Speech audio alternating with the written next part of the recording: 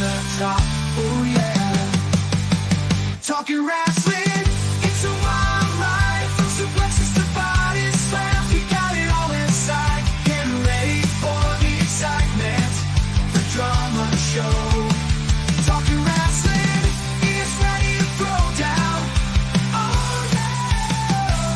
Ooh, yeah.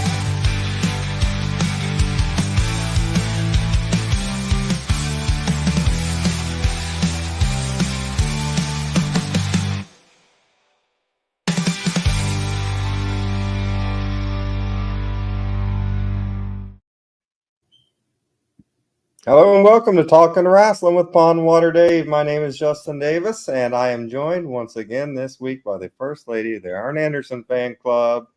Her and her internet are back, Miss Amy Vaughn, and of course the host of this great show, Mr. Pondwater Dave. Dave, what's going on, and who do we have with us this week? Oh, excited to be with you. Glad we're all back together this week. I'm glad Amy's got all her problems at the house worked out and can get back on with us. I'm really super excited because, you know, we've had a lot of interaction with MPX Wrestling, and we're super thrilled tonight to welcome their women's champion. Yay! Please welcome to the show, Hilda. Hello. How you doing? Good. How are y'all? All right. That's awesome. I'm not going to have a problem remembering when you won the World's Championship because it was 316. Yep, 316 exactly. So, and I noticed you defeated Erica Torres, and y'all it looked like y'all had a bit of a little feud there because according to the match results, y'all were going at it pretty good there. Yeah, we were. I actually had to dislocate my shoulder in order to get that pin. So, wow. Yeah, I got my rematch a couple weeks later, so I showed that I could still beat her without dislocating my shoulder. I know she's going to be coming for that title once again. But you've been busy. You've been busy defending it, though. You're not. Yes. I mean, you're a fighting champion. Yes, I have. I try to defend it as left and right. Anyone who wants to come is anyone I'll fight. Are you going to be fighting at the Purge? Is that what's coming up? Yes. Purge, June 15th. That is what's coming up at the Epic in Grand Prairie, Texas. It's going to be our biggest show yet. I would say bigger than Destiny, bigger than 316 is what we're hoping for. I'm hoping so. There's nothing announced yet. They said I had an opponent, but you're on the poster yet. Well, of course, I gotta have the women's championship be defended at the Purge, right? I agree. I think so. Well, I've always been known as a little bit of a crap disturber, and I noticed that Ring of Honor champion Athena's going to be on that show as well. So I need you to say in a loud, clear voice right now that's who you need to face because you are the true women's champion in wrestling. Oh, I would love to face her, but her match is already announced, and it's not me. I wish it because I saw myself right next to the poster, and I'm like, that's a hint. I'm right next to the ROH Forever Women's Champion. Does that mean I'm going to be the forever MPX Women's Champion? Yeah. Who is she wrestling at Purge? Miss Maya World. Someone who's been killing it on the indie scene. Has she? Okay. So we don't need to slash her tires or nothing. No. I worked with Maya recently. She's a really good talent. She's great. Okay. She's tremendous. And it's fun working with her, fun training with her too. Okay. Because we do help out the ones we like. I'm just, you know. So you don't know. You don't do anything with Aaron Eagle, right? You stay away from him. I mean, I haven't done stuff in the past. He's actually tried to choke me with a belt before. Another reason why I do not like him. Okay, abusive to women. Way to go, Aaron. Which forces me to ask, what did you do? Oh, Pondwater, I'm gonna punch you. Of course, always the man to ask. What did the woman do? Of course, exactly. Well, I just don't know Aaron Eagle to be that bad of a guy. Yeah, you get to really know a person. They show their true colors. Exactly. Well, stay away from him. Just stay away from him. So exactly. Okay. Another reason why not to like him. He chokes women. He threw a lint roller at me once. But he'll get his comeuppance at Purge against the Scorn when it's the Scorn versus him and his little sidekick. Oh, the sidekicks are precious too. Oh, anywho, sorry. That's all right. Well, since we're talking about the purge, MPX was really nice enough to send me a little trailer for it. Ooh, So before we go any further in the interview, I'm gonna go ahead and play the purge trailer. heck yeah. Feel the ground shaking. The Purge, June 15. Don't miss. At the Epic, where legends are made. Best pro wrestling you've ever seen. At the Epic, where legends are made. Best pro wrestling you've ever seen. MPX Wrestling, can you hear the roar? Purge is coming, find out what's in store. Man, I just want to say Max the Impaler looked like one of the scariest human beings I've ever seen in my life right there. Oh Heck yeah, I'm happy I'm not facing them. No kidding. Who is Max facing? Do we know yet? Yeah, the Lynn Cavens and Erica Torres actually. Oh, And Erica Torres is who Hilda defeated for the women's championship, actually at the Epic.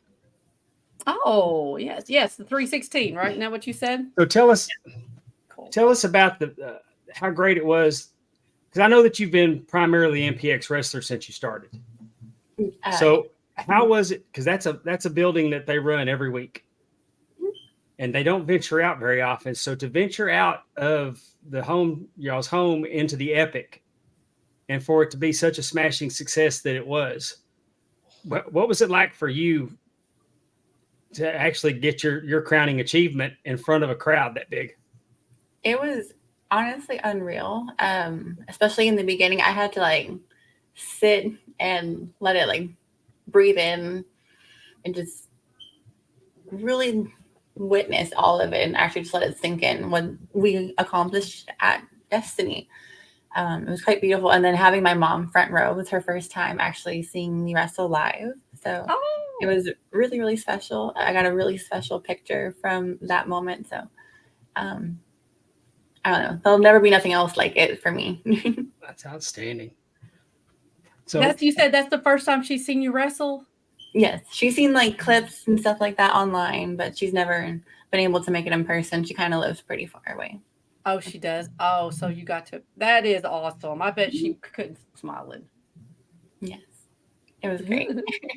So tell us what made you want to become a professional wrestler, and I'm assuming you were trained by Stephen Kirby and Lou Gotti.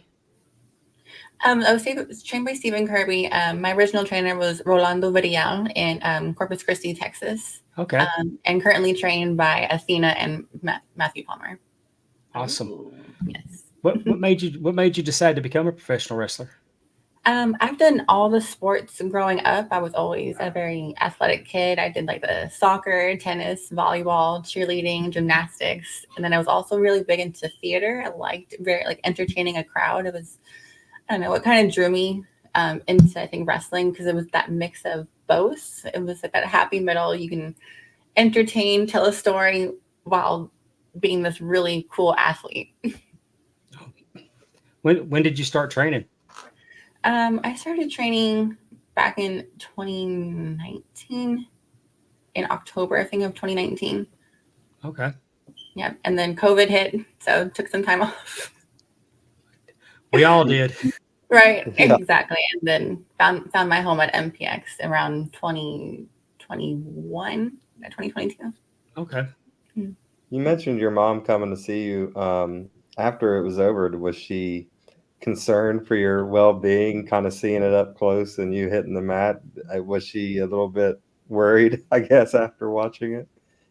Yes, she always said that every time I took any move, she was worried about my safety. She was worried that I was hurt. She like came running to me afterwards, but she still loved it. She was happy to see me. Well, even Barrett Brown's mom, who is there for him at all the time, she told me she's a nervous wreck. She'll ask me if I'm reffing a show. She'll say, what match is Barrett? And if he's further off in the card, it's just it gnaws at her to the anticipation of him wrestling. So she likes him to wrestle early so they doesn't eat her up as bad. I bet. Right. But with Barrett, he's always a main event, so that's not going to happen. Not very often. So you talked about you were like into sports and into theater, but when you were growing up, did you watch wrestling? Did you have any favorites that you watched on TV? I watched off and on. I kind of started in the like 2005-ish when I was really, really young. And then so I first started with like Mickie James. Always drew to her, loved her, Victoria.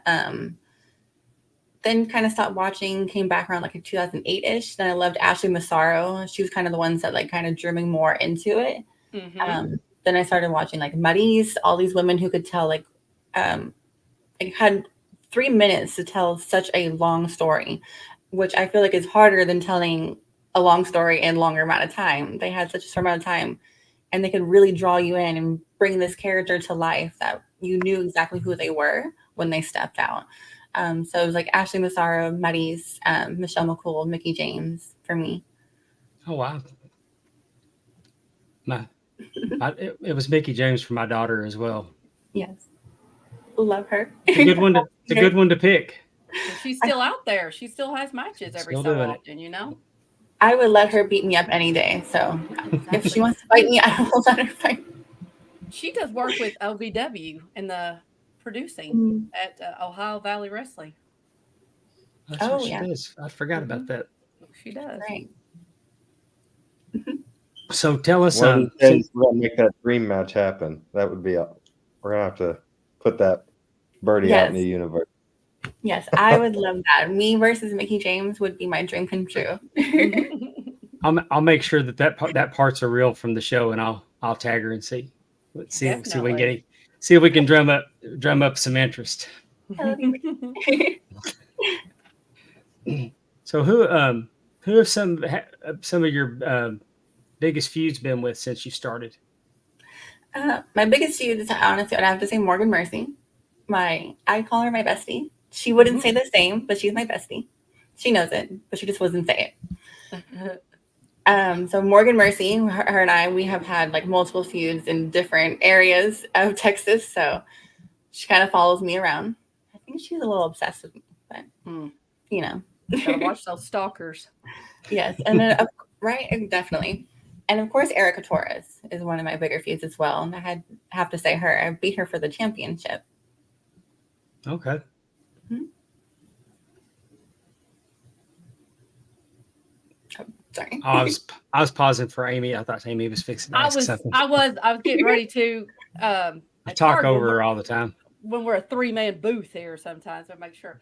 So who are some of the upcoming feuds, like people that you know are eyeing for your title?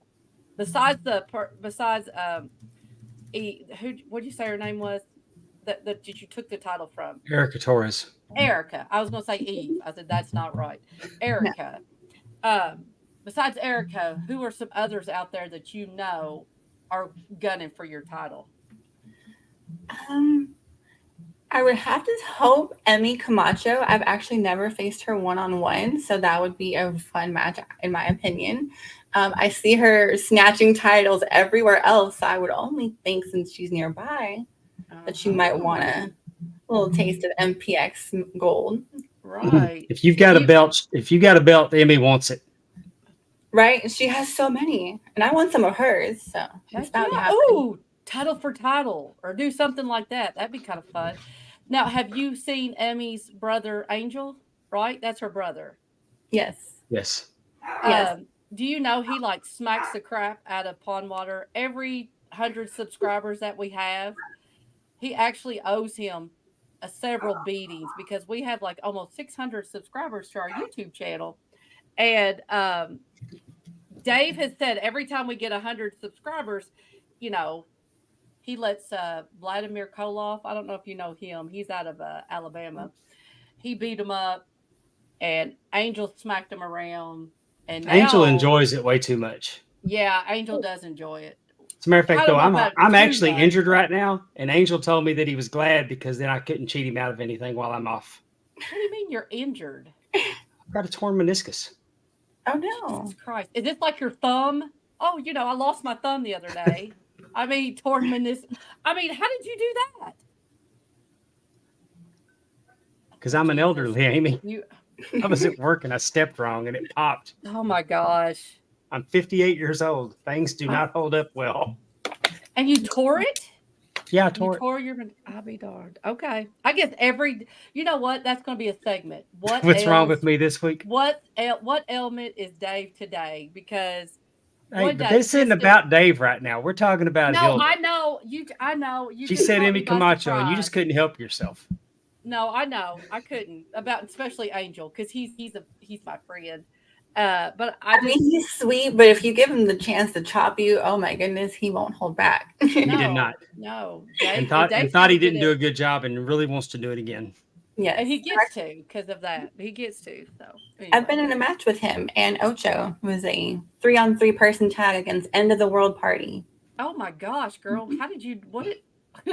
Well, how did you Please stay tell away me that from you weren't tagged in Angel? at the same time as I was Angel. gonna say, Oh no, I was on Angel's side. So I was safe. Oh, well, that's a Oh. good side to be on. Perfect. Ocho lost. It's his fault, but I was safe.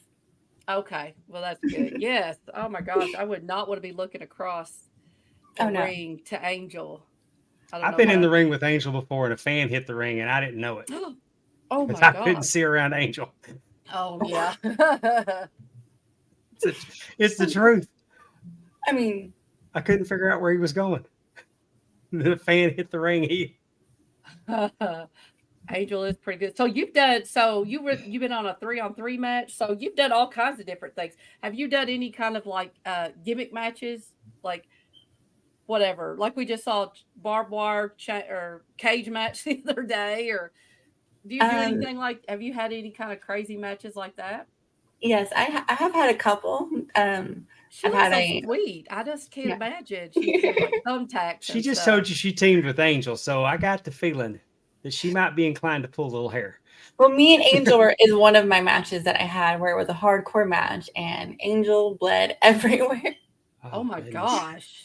Yeah, a little barbed wire to the face, kind of, I guess it hurts. Oh. I didn't feel it. She had to feel it. Oh, well, so hardcore. So you don't mind beating people up with a trash can lid or anything. You just whatever you can get your hands on. As long as I'm not the one getting beat up, I will do, all the offense. That's fun. So I understand good. that. That's a good plan to have. Exactly. As long as I'm getting my offense in, I'm good. It's a good match. Are you thinking about traveling outside of Texas? Doing some wrestling in some other states? Yes, I actually am hoping, should be making a Arkansas debut soon. So I'm Ooh. hoping that will venture out to more states and then more, got to hit all of them. Heck yeah. Heck yeah. That Arkansas date wouldn't happen to be BIW, would it? No, it's Oh. not. Hopefully, one day. Yeah, that's good. Well, a lot of people that you work with make the trip to Arkansas and Louisiana to work on BIW shows. So when you said Arkansas, I was like, really? I might get to work with her? Every time I've been asked for people who want to take me to those shows, and even for me to just help out and be like, hi, I'm Hilda, type of thing. I've just not been able to make it. I've been booked either somewhere else. So Right. Try to make sure one day it'll line up. Yeah. Make sure you walk right, Dave, so that you could actually ref her match when it ever happens. You can't be going down with a compound fracture or something. I've had a lot worse, Amy. I'll be all right. Oh, no, true. Hilda, I got a question. We talked about you breaking in not too long ago, about 5 years ago, and training in 2019. What advice would you give to girls now that are trying to break into the business? Kind of just take it one day at a time. Go at your body's pace. Listen to your body as well as you're trying, because it's going to take a toll on you and your physical health. So I don't know, trying to just make sure you're still taking care of yourself at the same time. Did you do anything drastic as far as the way you trained? Like, did you change kind of the way you trained once you got in, or did you just kind of keep doing your regular? Well, no, for me, it was 'cause in a gymnastics background and a cheerleading background, it was very hard to land on your back as part of what you're supposed to do. I was used to, you land on your back, that's wrong. You know, you land on your feet. So that took me a really long time to one day, like my coach literally had to push me. He was like, no, you land on, because we would do like front flip bumps and I would land on my feet and do like a front handspring. And so it was, That took a would little have bit been. See, now I would have just used that as a gimmick. She's Well, the like a cat. gymnastics background does not hurt. She always lands on her It feet. You doesn't can't hurt. get her down. but learning to bump, it kind of hindered that for a minute. Yeah, You could see that. Yeah. that's interesting. I was looking through your matches. What exactly is a cheerlead legal match? You know, I had the same question. I mean, we just used a lot of chairs. I guess that's what it essentially would be. Is this chair after chair? Okay. Chairs are legal. That's a chair legal. Come on, Dave. Well, All I the didn't chairs know. you can handle. Well, I didn't know if we were just able, everybody brought a chair or they were set up like. See, everyone else brought a chair. I was the one that forgot. Apparently, Oh, no. I did not get that memo. Oh no. So it's fine. I won. I eventually found my chair. Well, that one stood out to me because I know that MPX they have lots of themes, Mhm. very creative promotion. We've talked about them in the past. I mean, everything. This is the Purge. Almost every show has a name, Mm-hmm. and they Yeah. don't recycle all the names every year. No. I mean, it's an episodic wrestling promotion, and The they come effort up. they put in their posters too. I'm gonna have you have to say like every time it draws your eye. Like I will say there's other indie promotions that don't have the best look for their posters, which I feel like kind of it can be a hindrance because people unfortunately look at how things look and present. And I feel like MPX has a really great presentation on that side. Oh yeah, I Definitely. mean you just had a title against Miss Carmichael. What's her name? Shay Carmichael. Yes, Shay Carmichael. And it was Guilty of Sin. That was the name of it. And the I wasn't sure that the quality of that poster. It took me a minute to realize that wasn't the Purge. That wasn't the Purge poster. Mm-hmm. No. I mean, every week there's no lesser than with MPX. It's always Right. And I think their or I don't know if it's called a vignette, but the little promo reel that you showed us. Again, quality. You don't. I mean, it really draws you in. It makes you want to watch and learn more, and come out and watch the shows. And you're right. I mean, with social media and the digital age, I mean, that's how you get people to see your product. And they have been fantastic. I mean, I thought they have done a really good job promoting and putting things out that are very intriguing and very well done and make you want to do it, make you want to watch it. So I mean, I have to give like a shout out then to the person who makes all of it, Nicholas Caldwell. He runs Conspiracy Apparel. Yes, he's one of the main person behind either all their posters, either the video we saw for the Purge was his video. So he's been doing amazing work, and then he's even taken like promotional pictures from like myself and other members in the MPX and either other wrestlers as well. So he's just an overall talented person, and MPX is lucky to have him as part of their team. Wonderful. What was his name again? Say Nicholas Caldwell. Nicholas Caldwell. All right. He runs Conspiracy Apparel. Conspiracy Apparel, Nicholas Caldwell. Awesome. Well, it makes all the difference in the world. It does. It does. It makes MPX Wrestling a destination. MPX couldn't go to a venue like the Epic successfully if they weren't very, very good at promoting. Definitely. When And you got Palmer to thank with the promoting, he's really great at getting people to promote out there. I mean, it's just you can't say good enough about. You got with Palmer promoting. You've got Richard Hill. You got Richard Hill's creative. He's a creative genius. Hmm. I've always been a big fan of Richard. And then you got Athena, who's been there and done that on the largest scale. Right. Knows what it takes. Knows how to teach it. And she's the ROH champion. I mean, Right. she's still out there doing it. I mean, it's just not knowledge after knowledge, and like a lot of just groups working together to make this product be the best it can be. And it's a great team. And they're not sitting on it; they're passing it on. Right. I mean, they're giving young wrestlers like Hilda $1 million education.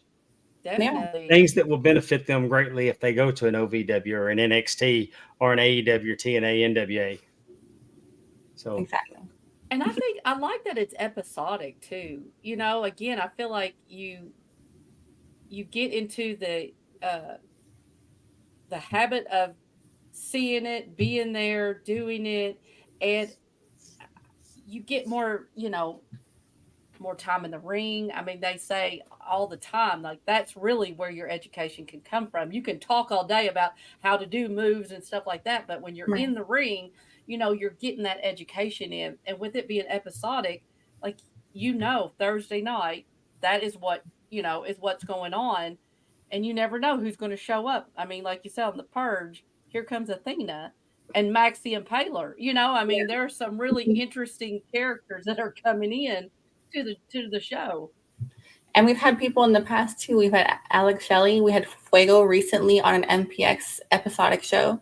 Cool. So it's like you never know what you're gonna miss if you're not there. And if you're not there, we also have Twitch stream. So you Yes. can always see it on the Twitch stream if you're not there.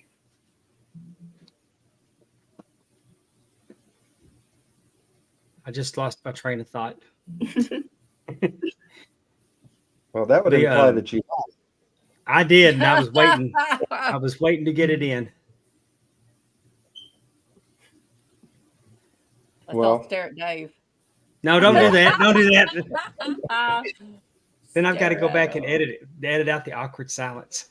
I got it. Okay, so we've recently had a trilogy with Erica Torres, and we've established that you've beat her, you fought her off for her rematch.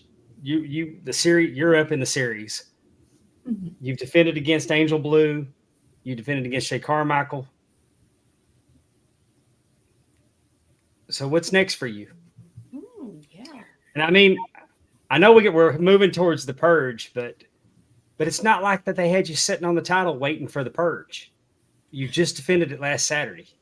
Right, exactly. And I'll be back there on the 8th. So hopefully it's another defense there. If, past the Purge, I am branded Outlaw Women's Tag Team Champions with Anna Kid Ash. So I'll be defending that title as well. Goodness. Making debuts next week. I make my PWF debut in Houston, Premier Wrestling Federation. So excited there. Return to Advanced Pro Wrestling as well in August. So Where's that at? that's in Amarillo, Texas, I believe, or Alvarado. Somewhere in Texas. That starts with an A. Big state.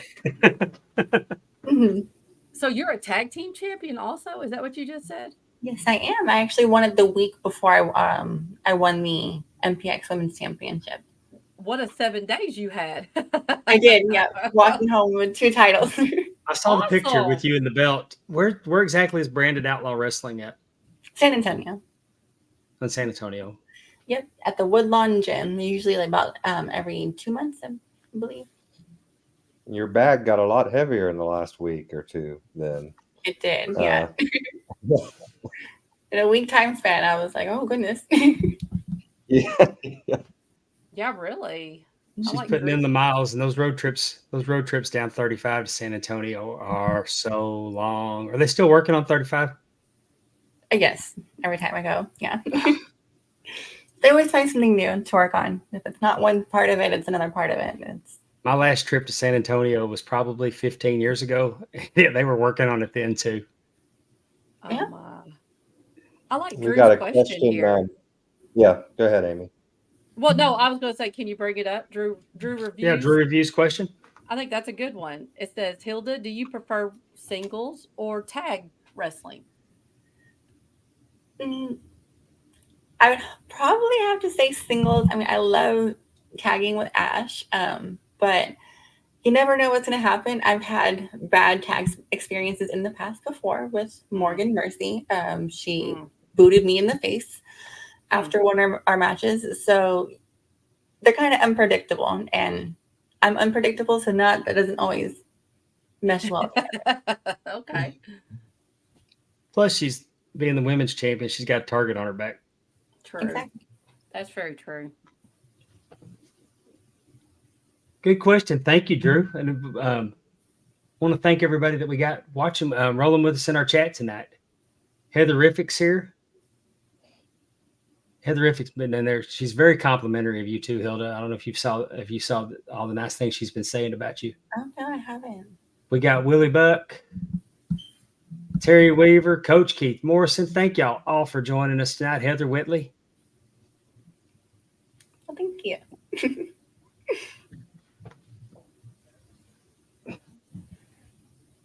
We always appreciate the chat. Yeah, like I said, great questions come from the chat. So if you've got any questions, feel free to throw them in there. Willie Buck asked how long you have been wrestling. We Do what, Dave? Yeah, we covered that. She's been about almost 5 years. Well, because of COVID. Training for about 5 years off and on. I would say it's maybe about like 4-ish. Debuted in 2021. Did you debut in MPX or did you debut in South Texas? No, I debuted elsewhere as Haley Mendez. Was a different character, different person back then. Who was this for? Huh? I was saying, where did you debut? A VIP in Corpus. Okay. Go ahead, Justin. Do you prefer working as a heel or a face? I know a lot of people say they have more fun working as a heel. Do you generally feel that way, or? I would say it's more fun. I mean, I feel like my fans love me as a face. They love to love me. Yeah. But they also I debuted at MPX as a heel, and they loved to hate me. So I go back and forth. I feel like you have more freedom as a heel, so it's probably why more people generate to that. But I don't know. I like the connection that I have with like the kids, other fans there, and that's different. When you're a heel, they don't like you as much. They're like, you're a big meanie, and I'm like, oh, I'm sorry. I feel bad now. But I like it. It's fun. You mentioned teaming with Angel and Ocho. And it made me think that I think MPX was way ahead of the curve on intergender tag team matches. Yeah. Before everybody else, are they still doing a lot of intergender tag team matches at MPX? Or intergender matches? Back when I worked for them, I think the last match I did for them was an intergender tag team match. Yeah, they did intergender tag. I'm actually a former MPX tag champion. So it was me and Gabe Wilder. So I defended with him against many big guys. So I didn't know that. A lot of heavy lifting. Cool. Yes, so we have. And I know Angel has faced, I forgot who she faced recently. I know Morgan Mercy had faced Ocho. And she actually beat him. So there you go. It's just like I said, I keep going back. I can't sing the MPX praises enough. What an excellent promotion they are. They're fabulous. And it's crazy for me to think that the Destiny before this, I was tagging with AEW's Abaddon. And in the following, this year at Destiny, I became the women's champion. So it's really cool. You come a long way. And I didn't know that you had won the tag titles because I was doing my research about you, and Cage Match only has you as the MPX Women's Champion, so I didn't know that there was a tag ring in there. I'm finally on Cage Match. Oh Oh, I have been like checking every so often because like my friends will be like, "Oh yeah, you can just check your stuff on Cage Match," and I was like, and then I haven't been able to find myself. Oh yeah.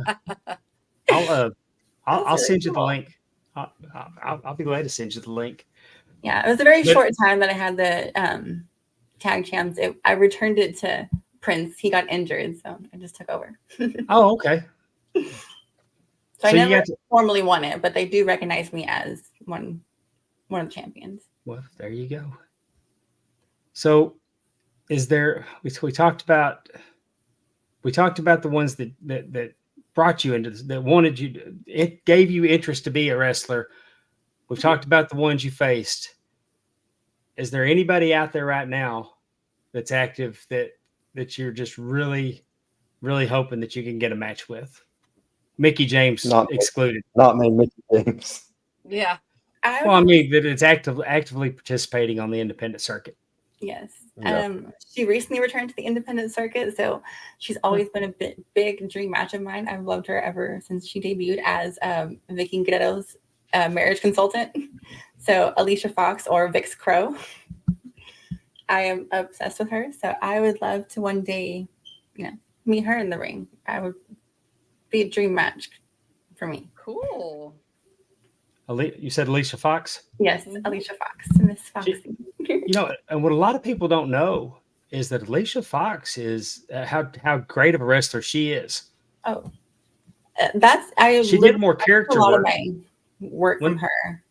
Yeah, when they put her on television, she was doing a lot of character work that really wasn't showcasing just how talented she is. But she was developing talent, helping the ladies. She was coaching them and behind the scenes. Yeah. But they never showcased just how good she was in front of the camera because her character work was so good. Right. And how long was she with the WWE? She was there for like 10, 15 years, wasn't Oh she? yeah, she had a long tenure. I mean, so, she really did have a long tenure there too. I think she was getting close to 20 years, it felt like. Yeah. It may have been. I She don't quietly had a nice career for him. know. Definitely. Drew's got another good question. Have you ever had a match where you were wrestling as either a babyface or heel, and the crowd reaction caused you to turn during the match? How did you handle it? Actually, yeah, that happened in a match in a lucha show. It was me versus Morgan, and they didn't seem to like me as much. Which, Ooh. you know what? If you're not gonna like me, you're not gonna like me. So I feel like it brought out a little bit more of my aggressive side, which then in turn made them like me more. I ended up getting the reaction I wanted at the end of it, thankfully. But at first I was confused. I was like, what do you mean? I'm nice. I'm telling you guys hi. And she's over here like spitting in your face. Why do you like her? They had to run you through the ringer first. So Yeah, they had to hate there's- you before they could like you. There's some crowds that they just are that way.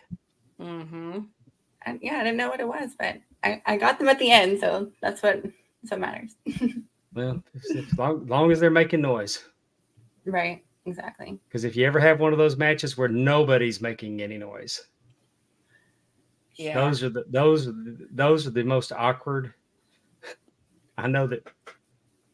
Yeah, I haven't had one of those, thankfully, where it's that quiet. Yeah, I hope I don't.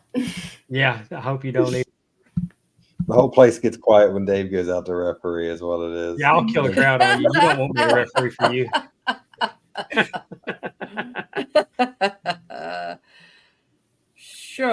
Surely not, Dave. Hey, James Shepard, we love our Hilda. Aw, I love y'all too.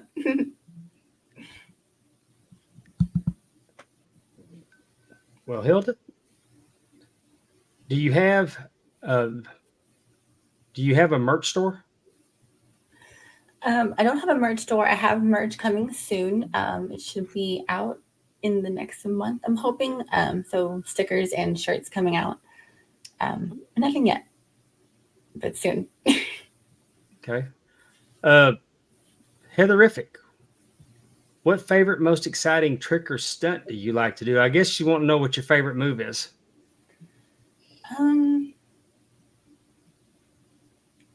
My favorite move. I would have to say anything off the top rope. It's actually just fun being, in the air for that couple seconds. It's not fun if no one's there when you land. No.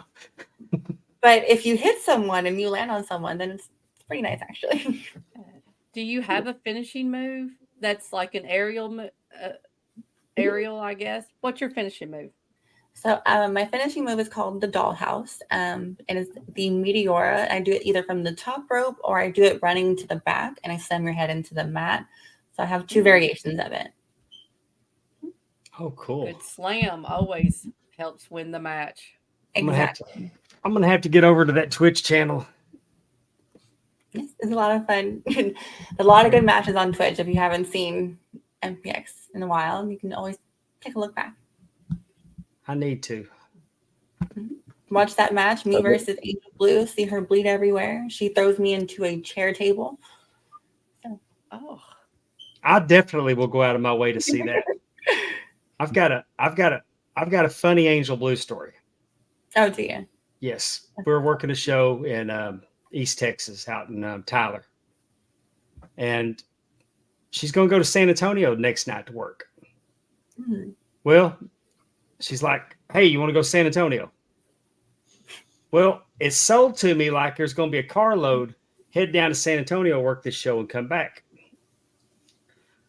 Well, I go to pick her up and I meet her at PCW at the time. Well, I don't know if you've been around long enough to have met Carrie and Arcane. I don't think so, no. Carrie and Arcane was dating her at the time, and he dropped her off. He dropped her off at MPX. Well, there wasn't going to be a carload going. It was just me and Blue. So I drive 5.5 hours down there, and it's one of those long shows, RCW shows, taking forever. I mean, it was late when they got out. Mm. So now I got to be at work. I got to be at work 6 o'clock the next morning. So I got to come back, and I need to get her back, and it's just me and her. So I'm not going to keep her out all night and get her. And I don't want Arcane hot at me. Right. But the problem was she couldn't drive. She did not. That's right. Yeah, She did not know how to drive. Oh my God. So How long I had to ago was drive this? all the way. And I mean, I'm driving up 35 and heavy construction, trying to hold my eyes open and looking underneath it. And I finally almost wrecked us a couple times. So I saw, and she was learning how to drive. So I put her in I went ahead and let her. I said, we're going to take a chance and I'm going to let you drive. It's just highway. Man, that experiment lasted all of about 3 minutes. It woke you up. So, No. so I hope you beat the compound snot out of her. I mean, yes, I did. How long ago was that, Dave? 2009.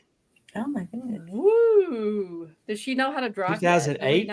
Do we know? Late 2008, 2000. I'm trying to think if I was managing or I was just refereeing. I think I was managing. It would have been 2009.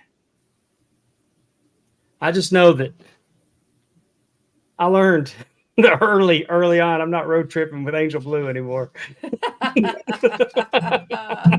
I think she does know how to drive now. I had to road trip with her once, and it was actually a lot of fun. It's interesting road tripping with her. It's very I'm glad it interesting. worked out better for you than it did for me. Oh, that's The hilarious. experience has gotten better, according to Hilda. A little tame. Well, we've all come a long way. Well, Hilda, I want to thank you for joining us on our show tonight. We wish you the best of luck at the Purge. I can't wait to find out who you're going to be facing. I can't wait to find out. That's what I'm waiting for. We wish you the best of luck down the road. I'm serious. I'm gonna make a reel about everything you said about Mickey James and put it out there, and we're going to see if we can speak it into existence. Yes, me versus Mickey James and me versus Alicia Fox is what my dream come true is. If you don't want to wait till the Purge to see her, she will be back at MPX on the 8th. Yeah. You got anywhere you're going to be this weekend? This weekend, I'll be in Houston at PWF, so facing Shay Carmichael once again. There you go. Catch her this weekend in Houston, next weekend in Bedford. and the 16th at the Purge. Yes. Thank you so much for your time and coming on tonight. And doors always open if you ever want to come back and promote something again. Definitely. I look forward to it. Thank you so much for having me. Thank you for coming. Of course. Thank you. Bye. Thank you. Champion Hilda, thank you so much. Of course.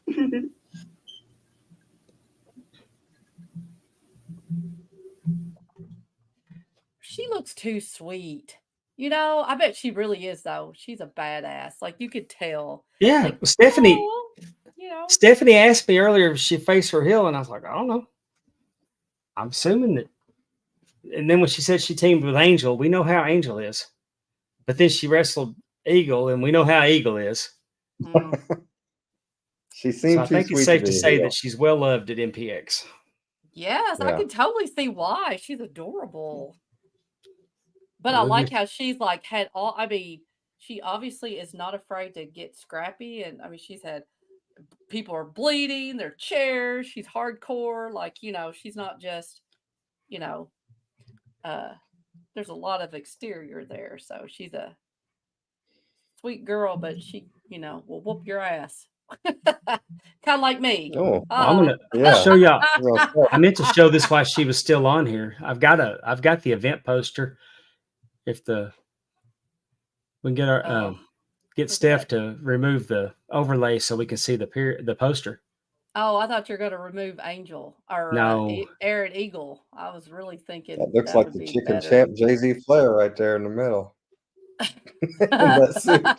Oh, that guy. But we got Eagle. There's the Tommy Becker. There's Tatum Manning. Got Athena right there in the middle. Hilda right next to her. That's pretty awesome. It's going to be a great show. Oh, yeah. And there's that scary thing in the background I don't Is know. that Maybe that we Mac? talked about. I may try to venture to Texas that weekend. Maybe I can make that show. What is it? The 15th? Yep. June 15th. Yeah, you need to be like a correspondent. You need to go. Tell us about Live it. talking wrestling with Pondwater Dave, live correspondent. Heck Pondwater yeah, Dave. that'd be awesome. It just kills me to sit in the crowd and not be in the ring. And Well, it doesn't kill the crowd. Well, and mine, I've canceled 2, possibly 3 bookings already because of this knee. I Why? was supposed to be at Lost Art of Oh, the Wrestling knee. Friday night. If you're going to be in McGee, Mississippi this Friday, I highly recommend that you go to Lost Art of Wrestling. Oh yeah. I mean, I hate that it broke my heart to not be a part of that one. Ooh, Tim said he'll go. I'll take you up on it, Tim. Let Do me check. it. Let me check what we got going on in the month of June because I'm past time to make a trip to go see my daughters and grandkids. So, but it does kill me to sit in the crowd. And but I had to cancel BIW June 22nd in Spring Hill, Louisiana, and it's possibly going to keep me from July 13th in Brookhaven. Are you going to I have gotta- something done, or you just have to rest? Like, what are you going to have surgery or something? Oh, I'm going to have surgery. The doctor told me today that if it wasn't for insurance purposes, he wouldn't even send me for a CAT scan. I can't have an MRI because of the facial reconstruction. Right. But so they would have to. He'll have to inject it. He'll have to Right. inject it with some dye and do a CAT scan on it. But he told me that if it wasn't for insurance, he wouldn't even go through that because he knows he can tell that I have Right. torn my meniscus. Mm-hmm. The therapist. It took me 12 days to get an orthopedic. Really? Well, you got to go through Sedgwick. I and have if no Se- idea what that is. Sedgwick Yeah. is a medical. I mean, if you get hurt on a job or they manage Oh. time off and stuff. If Okay. Walmart was Yeah. in the medical business, they would be Sedgwick. I got you. Yeah. Okay. So I couldn't just go like anybody that's got kids or active that played soccer or anything. You know, when something pops, you go to the orthopedic. but I had to talk to a therapist, and I had to Right. do all these exercises for they could You jump through determine. the hoop. So after a week and 4 days, they had determined that I'd torn my meniscus or I damaged my meniscus. Why don't you go see a doctor? So that I couldn't go to the orthopedic though. I had to go to MEA, Yeah. which is like primary care. Right. Okay. It's a meniscus. You know they can't X-ray a meniscus, Right. but because you got to do these steps, I would have, if I would have done these steps. So then I go spend all this time for that doctor just to tell me, pretty sure you've torn your meniscus. So 12 days later, I'm finally in at an orthopedic, and I had to jump up and down and be ugly to everybody higher than me in the company to get, because I couldn't get. You just can't call your claim adjuster. Because I got hurt at work. Oh, okay. And I told him, I said, and I hadn't missed a day. Today was the first day I missed, and I missed it for a doctor's appointment. Right. And I finally told him, I said, hey, y'all do understand that just because I'm working, y'all do know I'm hurt. Now, they've had people with me for the most part. Now, I got to have somebody with me, and the doctor told me to quit kneeling and quit squatting. Right. And, I mean, I'm old and sometimes tougher than leather and don't listen to instructions very well, but this hurts, and it hurts a lot, and it's hurt for a while. Do you have a surgery date? Not yet. Oh, I don't have a CAT scan date yet. Oh, okay. I tried to call. I immediately called and said, hey, we need to get this sped up. I got you. And the person that's handling my claim won't be back in the office till the 30th. So I started like I did when I was having to act like an ass the other day to get some attention. I'm back on it. We got to do something. Yeah. So, I mean, I'm going to their supervisor, get me a CAT scan. Either tell him he can operate, he can do the surgery and fix me, or get me in for a CAT scan. But we need to get this done. Right. Because I'm hurt.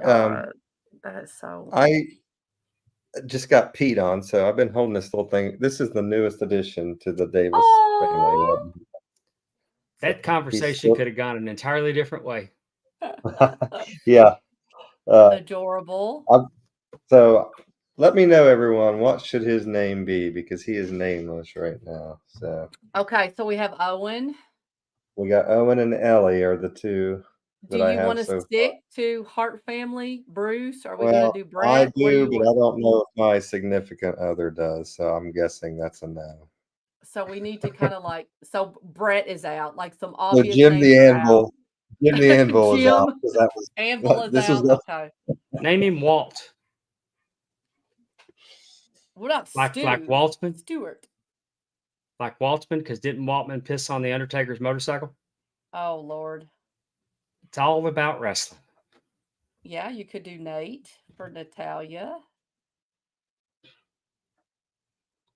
You're muted, Justin. You're muted. right now. His name is Oliver and Ollie for short. So Oh, I do like that.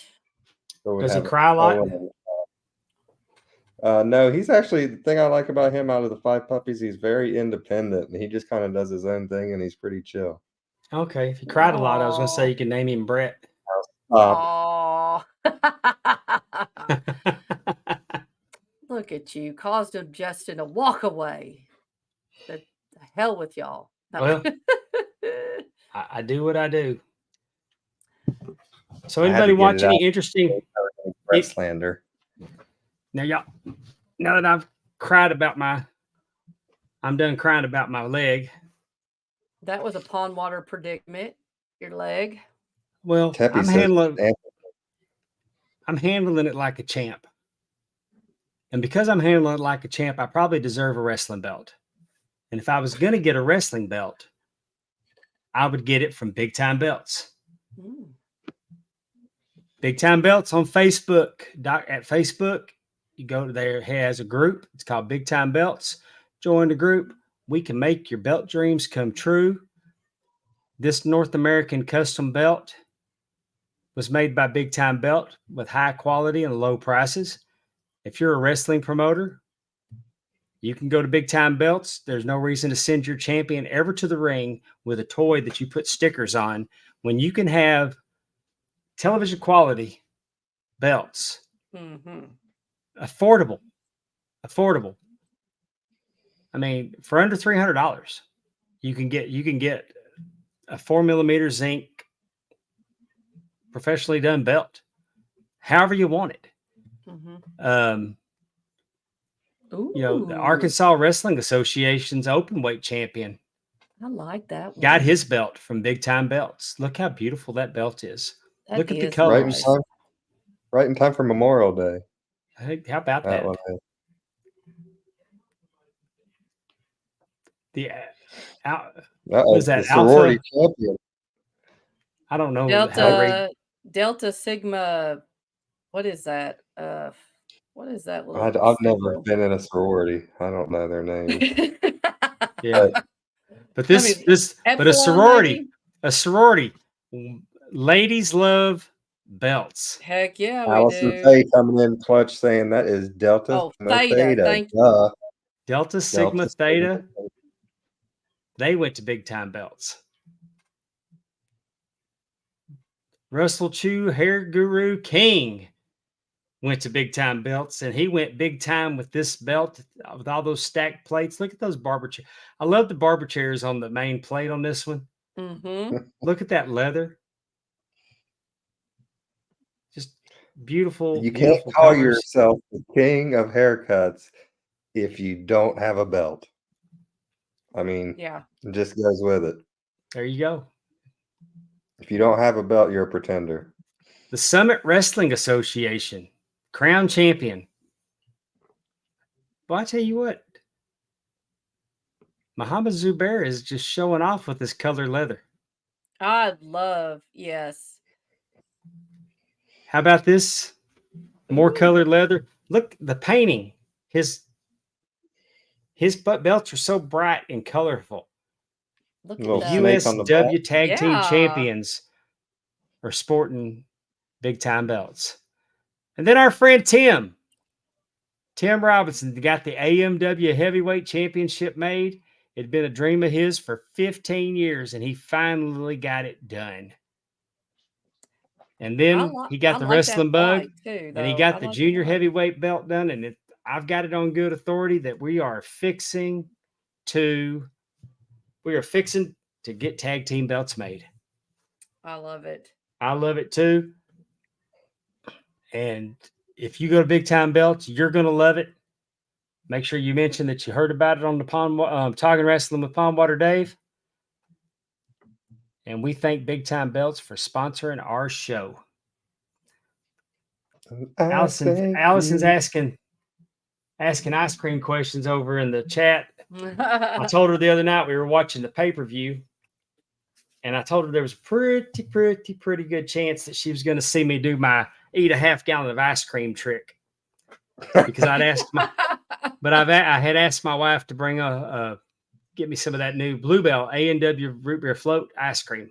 Ooh. And little did I and then she told me she was going to pick our granddaughter up because we have a new grandson in our family. Yeah. Oh, yay. Jeffrey Wade Roberts has We're going to have to 6 add pounds, to the list of his 6 pounds, 8 ounces, 20 inches long. Beautiful, beautiful child. He's a handsome boy. How many grandkids do you have? 13. 13 grandkids, Well, 8 kids. Getting up there. We got a baker's dozen. Love it. But he's a sweetie pie. He looks so cute. But Aubrey Lane was coming to stay with us, and so Tep had to go pick her up, and I just assumed that the distance drove that the ice cream wouldn't have made it. I just felt like I didn't get ice cream, and then I found out the next day that she said, "I'm at Walmart. Do you need anything?" I said, "Yeah, some A&W root beer float ice cream," and she said, "Oh, I brought it home yesterday." See there. There's the little things in life that make you happy. Well, I know. I mean, we watched the pay-per-view 6 months long Sunday night. I was just shocked that she didn't bring me a bowl of it. Can we talk about that just a little bit? Just a tad. I thought we were going to talk about it a lot. Like a whole Yeah. lot of bullshit, no wrestling talk. I wasn't going to talk about it because I didn't watch it, but I was going to listen to you guys talk about it. Well, I did watch the King of the Ring though today. I did do my homework for that show at least. Well, let's talk about the King of the Ring. Let's start out with it.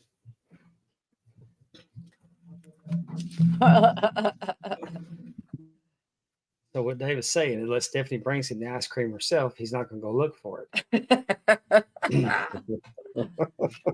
Pretty much.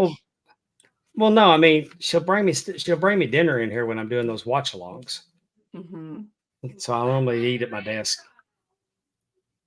But she had her grandchild. Our grandchild is a handful. So let's talk about the King of the Ring. You watched it today. Did you watch it, Amy? I did not. I was out of town. I still work a little bit. I know Justin. We do work for the school system, but I still have a few more days I got to finish up. So I did work today, so I did not get a chance to watch it yet. I've seen clips and stuff like that. I worked today, Amy. I worked and watched it at the same time because I had to do a training. I had to do a training online, so I had that rolling on the computer while I was watching the King of the Ring on the phone. Well, I guess I could go ahead and just lead with on my my jar ratings. I gave this premium live event. Initially, I gave it 4.5 jars. Oh, really? Okay. And there was only one thing in the whole show I could poke a hole in. But they addressed it, and it might be part of the story, or they addressed it and made it a part of the story to cover that that might have been a mistake made. Because when Randy Orton's shoulders weren't down. Mm-hmm. But then I thought that they showed the replay at a different angle, and you could kind of still tell, but not as good. So it's like the director realized, oh, y'all messed up. I'm not going to show it twice. But then they've addressed that Randy Orton didn't have his shoulder wasn't down. Mm-hmm. So at this point, I got to say it's a 5-jar affair for me. Really? I enjoyed every match on this card.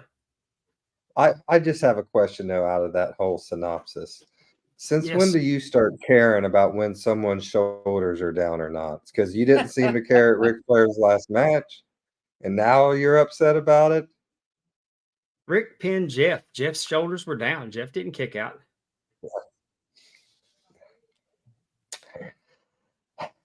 Anyways, well, I'll tell you what. I'm hosting a Top Guy Q&A. I'm talking Top Guy Ask Jeff Anything Thursday night, and I'm going to host that with Jeff. So, you can bring that up. So yeah, why don't y'all ask him about it? Oh, that'd be cool. I did think it was a good show. I wouldn't say it was a 5 show for me. I thought that both matches for the King of the Ring were predictable victories. I thought they were just kind of so-so matches. I didn't think either one was spectacular. I didn't think either one was terrible. As far as the main event, okay. No, it wasn't one of my favorite Logan Paul matches so far. I'll say that. Let's just don't scattershoot. Let's talk about it. Liv Morgan defeated Becky Lynch to win the Women's World Championship. Mm-hmm. With help was that with Dominic, right? Yes. That the chair got involved in that one. Yeah, he slid the chair in. We were all trying to decide. I mean, they kind of trying to make you think that did he or didn't he? I mean, we all know that we all know where it was going. Mm-hmm. Dom's helped Dom and Liv, and then wait till Mommy gets back. Heck yeah. But he showed up on the pre-show, and he got in her face and said she was here to make sure that he was there to make sure that she didn't get Mommy's title. So, they tried to make it seem like he wasn't helping Liv on the okie doke. Right. But y'all kind of, with a wink and a nod, we all kind of knew which way the wind was blowing. I thought it was a good match. I didn't have a problem with that. It advanced the story with Liv and Mommy. Mm-hmm. Becky was transitional champion. She was there in a pinch. They didn't have nobody else to put the title on. They thought that was the way to go. So I thought that was, I thought it was a good match. Mhm. And I guess I guess maybe it's not a 5-jar paper. I enjoyed the pay-per-view enough to watch it again, but that wasn't a 5-jar match. I mean, it was, 3 in a mouthful. But like I said, it was entertaining. Mhm. I'm not being critical of it. I can't poke holes in it. It all worked for me. And I thought opening the show with the title change like that, a major title change, was good. I thought it got the crowd kind of excited right out of the chute.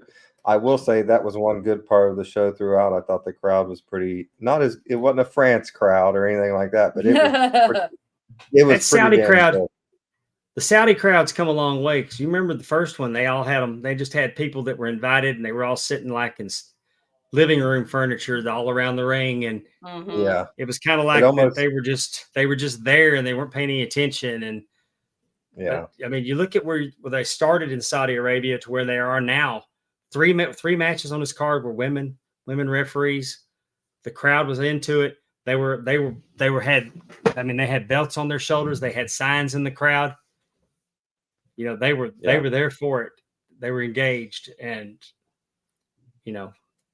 it's that Saudi's become a wrestling town. Mhm. Yep. Then we had Sami Zayn defeated Bronson Reed and Chad Gable to retain the Intercontinental title. No big surprise there. No, but decent storytelling throughout the match, I thought it was okay there. Yeah. With the Otis stuff there toward the end, and I liked it. Yeah, and I mean, Sammy was going to go over. Sammy being there in Saudi Arabia is a big deal. They made a big deal of it last time because of his Syrian heritage. They showed the video of him at Mecca. So just that he's so over with that crowd, there was no way that he wasn't going to win that match. I'm super excited about Bronson Reed. I think there's so much more coming from Bronson Reed. And Chad Gables is excellent. Excellent. I mean, he's hitting on all cylinders. I'm hoping that when the fallout with Otis doesn't cool him off. Then we had Nia Jax defeated Lyra Valkyria to become the Queen of the Ring. This is what I wanted. I love Nia Jax. I think Nia Jax is going to be awesome in the role of the Queen. I mean, she got on the mic and said, "Y'all hate me. Y'all are really going to hate me." Now watch.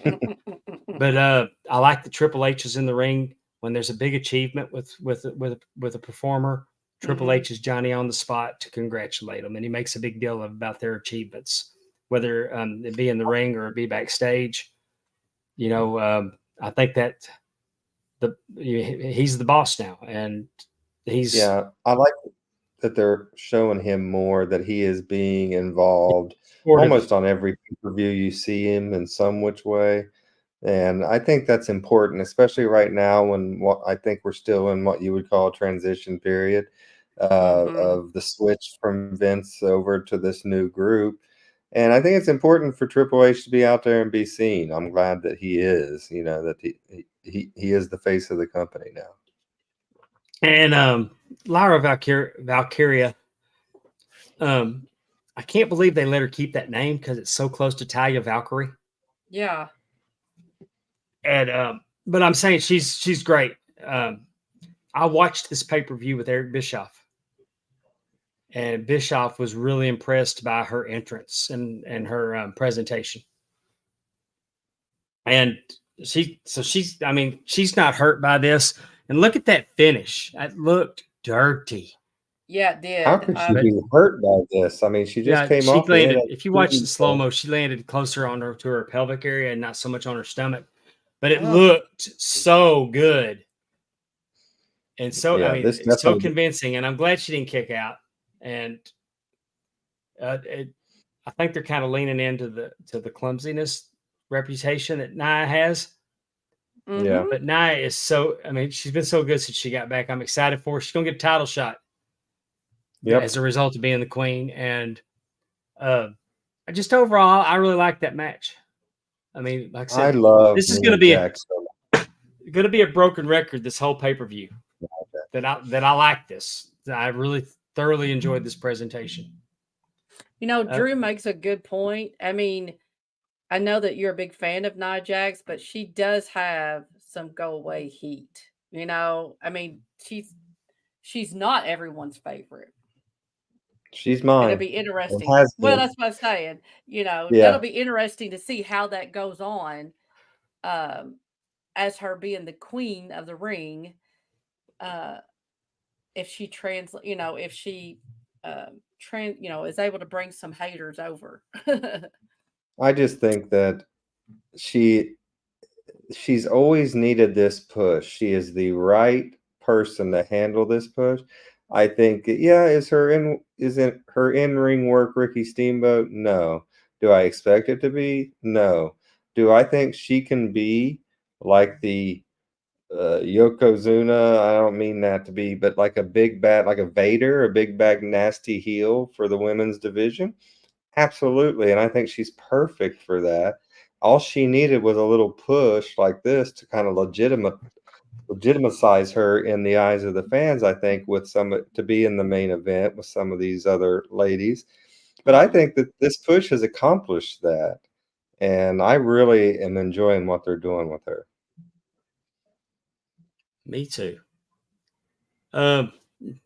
This was no surprise that Gunther won the King of the Ring tournament, defeating Randy Orton. Like I said, we talked about it. Randy's shoulder was up. Mm-hmm.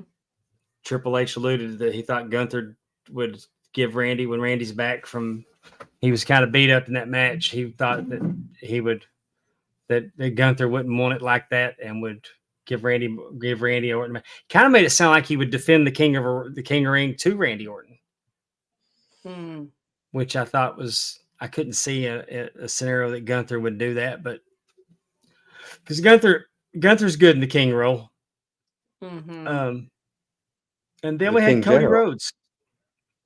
Yeah. Cody Rhodes beat Logan Paul to retain the Universal Championship, and that's not a surprise. It was a great match. How about the camera work with Logan Paul on the top of the ring post, shooting him all the way around, and then getting him jumping off and doing the splash through the table? Yeah, I like that. Man, that camera work was incredible. They got to be using drones. Mm-hmm. What about? Go ahead. So smooth. I mean, that camera shot. I was going to say, what about this is like the 10th match Logan Paul's ever had, and he is in Saudi Arabia. You know what I mean? Like, I know some people are not huge fans. He is impressive. Like, this is just mind-boggling what he has been able to do in the ring. Yes. And like he did it against Roman Reigns 2 years ago. Yeah, less than 10 That was matches. 2 years ago when he had Roman Reigns in Saudi Arabia. Mm-hmm. Amy, when was it? 2 years ago at SummerSlam. Was that the one we were at in Nashville? Yeah. And I saw him live there, and I was absolutely amazed. And I think that was his second match, maybe third, that he'd ever had. Yeah, and it's just like, it was insane. I saw him at WrestleMania tag teaming with The Miz. Yeah. Oh, yeah. That was his first match, right? Yeah. I mean, he did the Three Amigos. He did the Three Amigos better than Dom does them. Yeah. That was like the year that we got Bad Bunny and Logan Paul, and it was just like we got Logan Paul in that SummerSlam match against, I think, Ricochet, wasn't it? Yeah, Amy. Willie. Yes. Well, no, that was that at Royal Rumble? That's when they clotheslined each other. That was at the Royal Rumble, though. Willie Buck's asking a question. What do we think about AJ Styles making his retirement last Saturday at the King of the Queen? Did anybody hear? I haven't heard that AJ Styles was retiring. No, I haven't heard that either. I didn't watch it, so I didn't know. See it on the King of the Ring broadcast. I don't. No, and I haven't read a thing about it. I mean, something was going on with him, and Aldis. He was pleading with Aldis for another title shot. So maybe that's what he's alluding to, but I didn't catch that was a retirement angle. Oh. So overall, King of the Ring. I mean, well, If he I wants, can't poke holes in it, but we'll call it 4 jars because not every match was a five jar match. But I did thoroughly enjoy it. It was the best show of the weekend. oh, for Yes. sure. I'm definitely okay with a 3.5, 4 star rating for me too. I mean, it was good. There wasn't anything perpetually bad about it. There wasn't one match that you said, "Oh, that was absolutely a stink bomb," you know. So Mm-hmm. I thought it was good. And that will lead us into Double or Nothing. I want to say something just real quick. Oh, go ahead. Over on the Ram Network, we did a pre-show. I thought we booked a pretty darn good show. And not one of those predictions came. Very little predictions came true. And it was just like, why are we doing that? Like, why did Will Ospreay win the title against Roderick Strong? What in the world does that do for anybody? You know, and like, why did Edge, Adam Copeland beat Malachi Black? Malachi Black needed that win. And so I don't know. I feel like the wind was out of my sails. I did watch this. I did watch this one. I was home. Like I said, I had been out of town.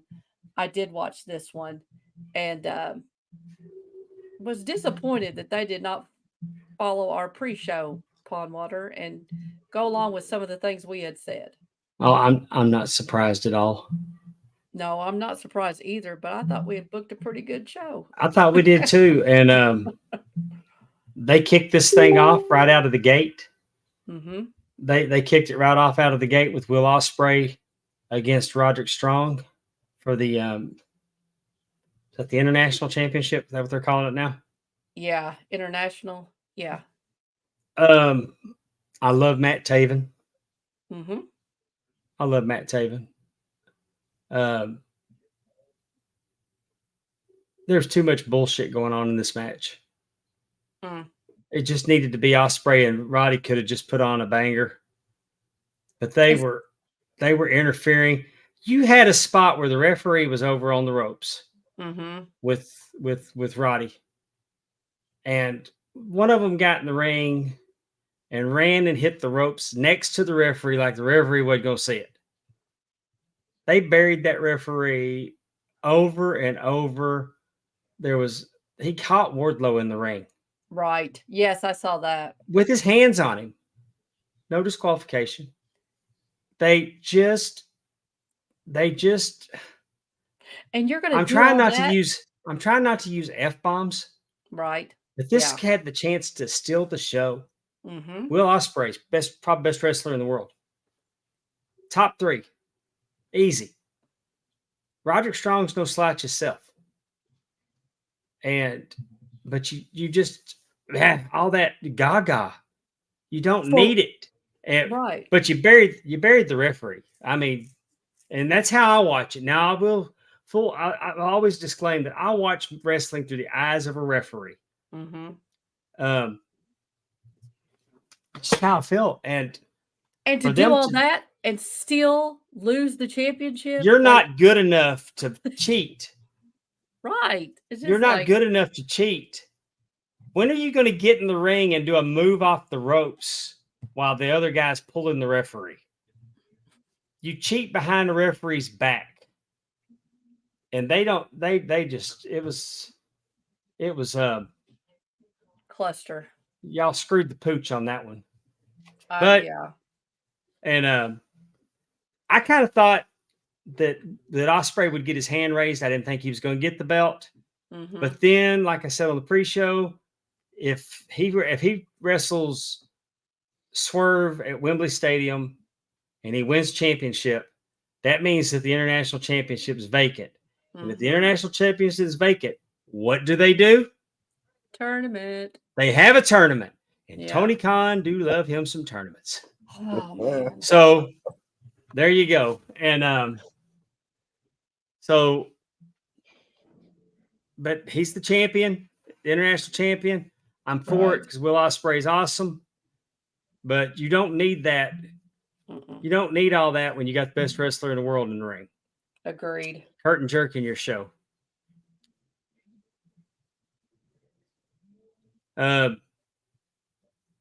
Bleacher Report gave it an A minus.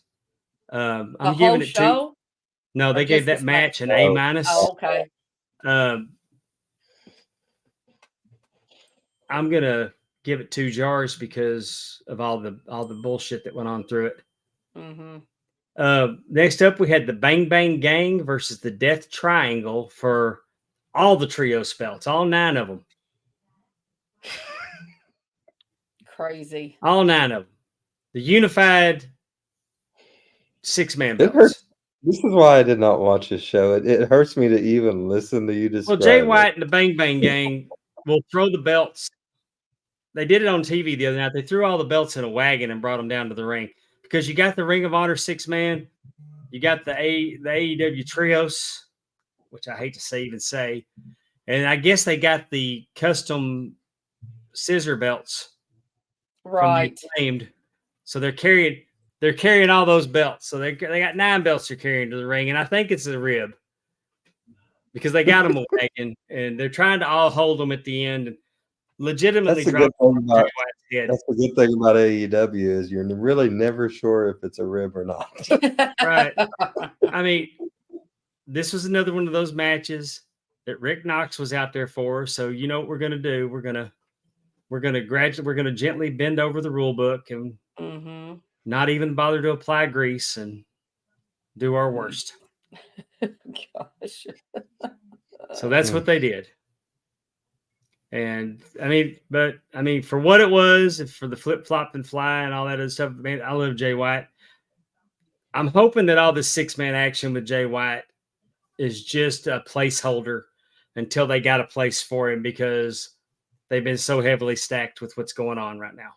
Right. Because we And know then- that the plan was not Swerve Strickland to be the champion. That happened organically. Wasn't the initial plan. Wasn't there interference in this match too? Oh yeah. There's interference in every match. I know that's the other thing. Like, Yeah. Before that though, we had MJF return. MJF returned and cut a promo. And oh, that's right. Oh yeah, Bad he showed up speed. in his best Triple H game gimmick. Yeah, I he love had the it. Triple H jacket, and he looked like Triple H playing The Rock in that vignette, in that skit they did, the DX skit when they were the Nation. I'm glad I liked that promo from. Oh, I loved it. MJF. I loved it. Welcome back, MJF. Yes, I What I am love ready. when I got ready on to come Twitter, back. I didn't watch the show, but when I got on Twitter, all I saw was just people showing videos of him coming out to Triple H's game music. Yeah, Andrew just that they put reminded me behind. that Juice Robinson showed up and interfered in that match. Yeah, Yeah, that's The what Juice I is thought. back. the juice is loose, baby. So anyhow, that's what happened with that. They gave it a B plus. I gave it 2 jars.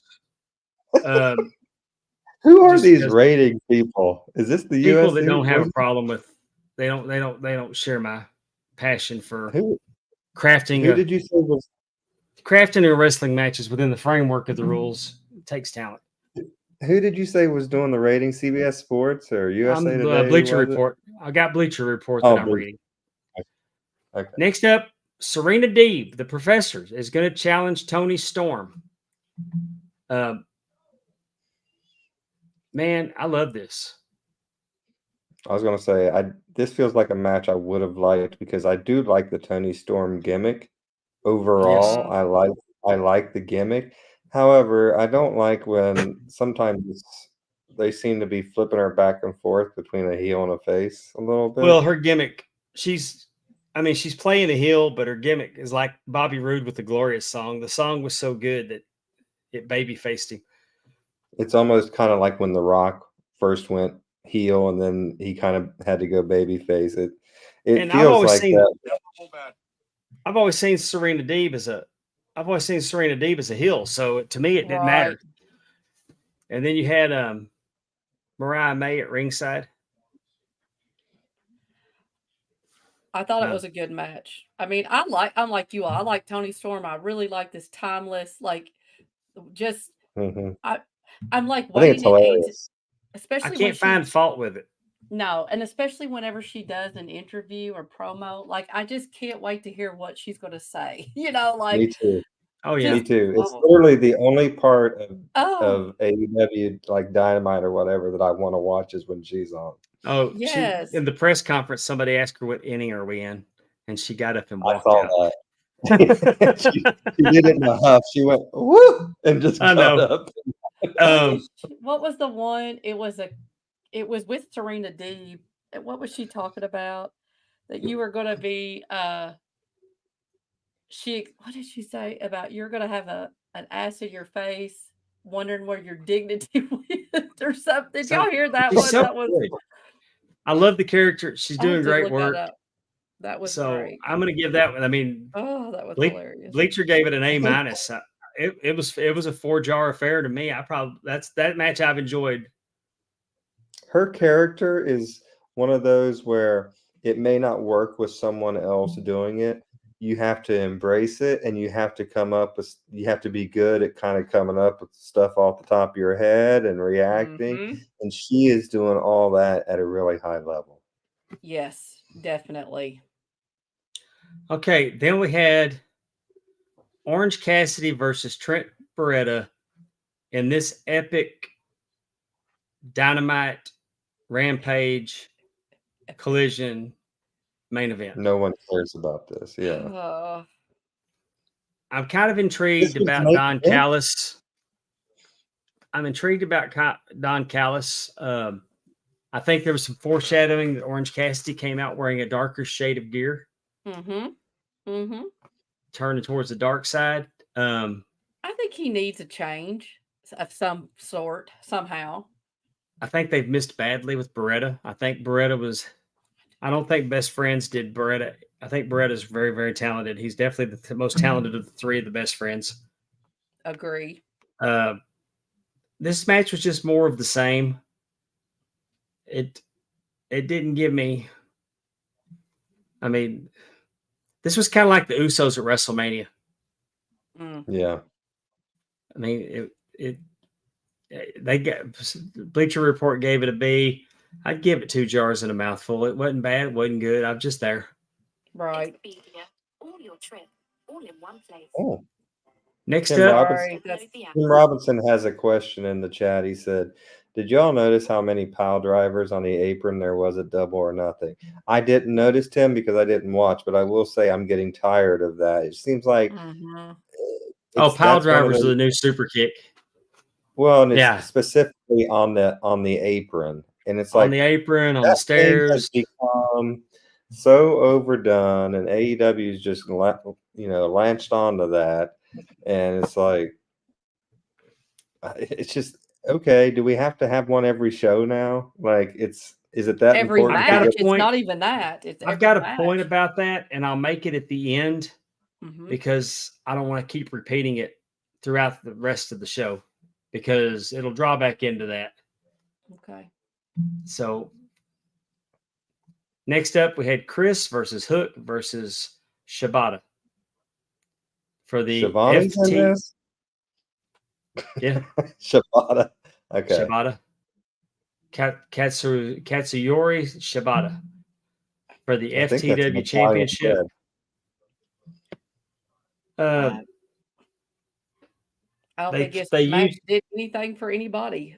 You Well, know? I mean, there was no rules. As the FTW match, they had dice in the ring. He put dice in the ring instead of tacks. If those things weren't foam dice, I know that had to hurt. You used Big Dice? Bill. Yeah. I guess because they're in Vegas, they wanted to. Oh, But there was okay. a bunch of Let's yes. throw some dice. damn poker chips out there too, and y'all can fall on those. I mean, what? But- Poker chips would have been better. I bet they would have But- rather had that. But we've got this 3-way match, Some and here we playing go. cards. Big Bill shows up and helps Jericho escape the red rum. And almost, I mean, when he went through that table, the leg came straight up. Yes.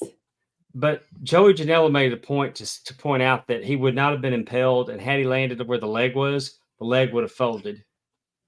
So it wouldn't Well, have come that's up good. through. I like how we're having people come out after the show and say it's okay. He wouldn't have been impaled. That's where Well, we yeah. are at I mean, but it AEW, right? was disturbing. But I mean, It was scary but looking. here we are. We've had 4 matches, and I believe there's been some type of interference in every match. Mm-hmm. Yeah, Uh, pretty much. And then a masked man shows up and attacks Shibata and Hook and reveals himself to be Brian Keith. Why did you have to be masked? Why couldn't Brian Who's Keith Brian just run Keith? in and attack? Did you wear the mask thinking wasn't nobody going to react to you I was- being there?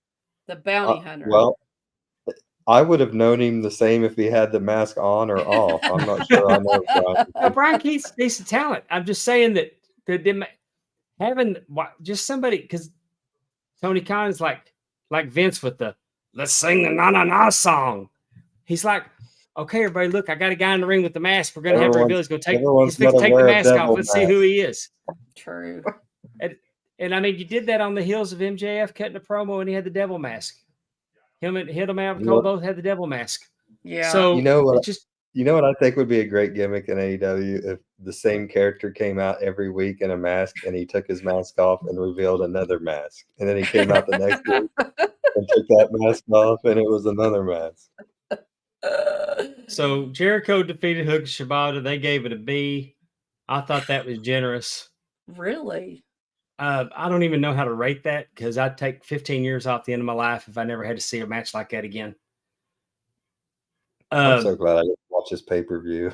I really just listening to it, like I said, makes me hurt. Again, I don't know why Jericho had to retain. I don't see how this helps anything. It Well, just, like yeah, you said, it was just a I don't know mess. where it's going except. Jericho's. But the learning tree, he's reinvented himself. I mean, he keeps it fresh. I got to give it to him. Okay. Next up, the IWGP World Heavyweight Champion Jon Moxley versus Takeshita. You almost said it, didn't you? Yeah. And this is a qualifying match. Right. I was watching To Catch a Predator last night. So we got a qualifying match. And if he can win a match against Jon Moxley, he's going to get a championship match. This is a pay-per-view. Make it a friggin' pay-per-view match. A world title match, especially if you're going to let Moxley go over with one arm. What does that do for Takeshita that a one-armed man just beat you? Exactly. It makes as much sense as tits on a boar hog. It would be awful if a one-armed man beat you or a guy that doesn't fight back and his name was Orange Cassidy if he beat you. I'm just saying, I mean, there's all kinds of people on this roster that if he's got a bad arm, let Takeshita beat him and get a shot at the New Japan title. Yeah.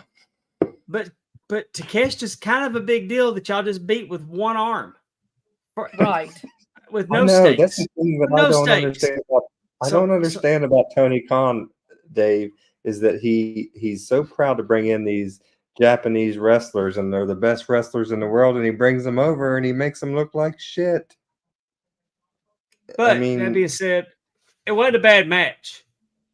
It wasn't a bad match. I'm just like, I mean, you want to give the one-armed man a hope spot, but ultimately the one-armed man shouldn't have won the match. And so this is rated the fuck out of here with that. And Moxley did that's not what it was blink. rated. Yeah, that's a new rating. It was rated. Get the F out of here. The fuck out of here with that. D-A, first word, second word, F-U-G. All right. F-U-Q. A new rating has been created tonight on the Talking Wrestling with Pond Water Day. And I bet we'll use it more and more with AEW. Unfortunately. Next up, the artist formerly known as Edge against Malachi Black. I'm excited about this because I don't remember the last time I saw Malachi Black in a singles match. Mm-hmm. Barbed wire cage match. I forgot about him. Barbed wire cage match. because you got to have a barbed wire cage match when you steal a man's wedding ring. And dump blood all over them. Well, the blood thing, I liked it. I liked that we got to see Gangrel. That was fun. That's a fun callback. Yeah, I did see that. And then at almost my age, Although some at people almost said my when I did, age, we decide that we're gonna dive off the top of the cage. And for whatever reason, we chickened out. And I said Yeah. this when we saw it on the pay-per-view. Uh-huh. There's no way he didn't hurt his legs. He broke his leg. Yeah, at the time I said there's Yeah. no way he didn't hurt, because it was like he was going to do a splash and he changed his mind Yeah. and he just jumped off the cage. And I think he tried to put an elbow down like he was going to get him. But what I'm saying is, whatever the reason, maybe you don't let the injury-prone, soon-to-be senior citizen jump off of a freaking cage. Well, Maybe you should just designate 1 or 2 people in your company that get to jump off of cages. Mm-hmm. But maybe you're just like, in the grand scheme of things, I don't think you need to jump off the cage. We got the barbed wire. Maybe it's maybe not you don't. even the way. It's not even the way Edge wrestles. He don't even go up to the top of the turnbuckle. It's not even like part of his. This wasn't a repertoire. wrestling match. It was a war inside of a cage. Right. Well, I know, but And Edge can wrestle. His best matches that he's had in a long time when he actually wrestles has been on an AEW show. Well, and I Yeah, I'm also not saying he can't wrestle. I'm just saying he don't flip flop and fly. But he's Right. doing this gimmick stuff. There's no reason to let a man that's been injury prone, that shouldn't, I mean, took years out, miraculously came back. Mm-hmm. Somebody, Tony Khan needs to tell people, no, I don't think that's a good idea. That's We're never not going going to to do happen. that. Let's do something else Eh for their own good. And Heather, Or hire somebody that will say no and back them up. That won't happen either.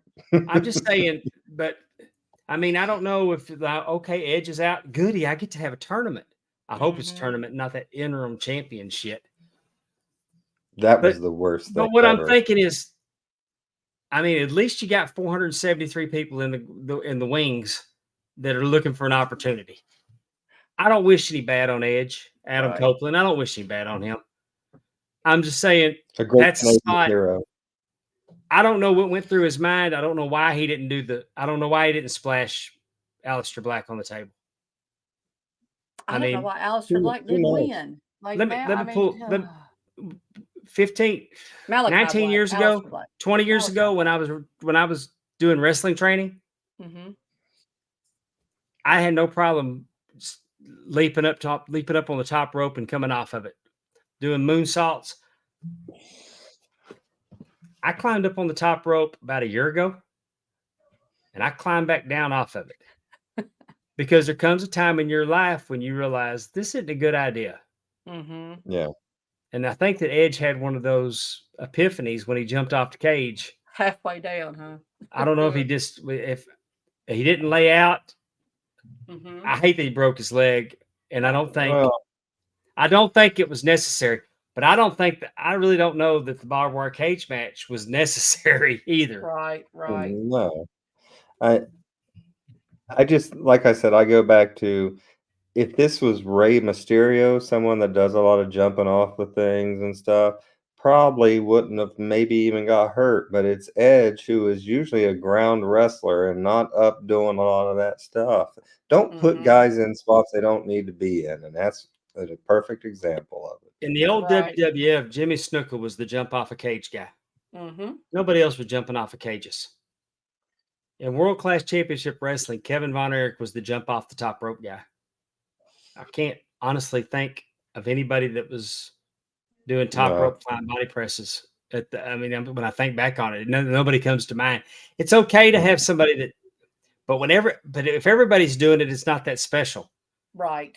And it's like, you want a 50-year-old Shane McMahon to jump off of something, and you're going to pop for 50-something-year-old Edge to jump off of something. And I know I'm sounding like I'm casting a lot of negative on AEW, but I paid $50 to watch this thing. So, I mean, I feel like Which, in my opinion, is way too high of a price point on that, but and that might be part of the reason why they're having trouble.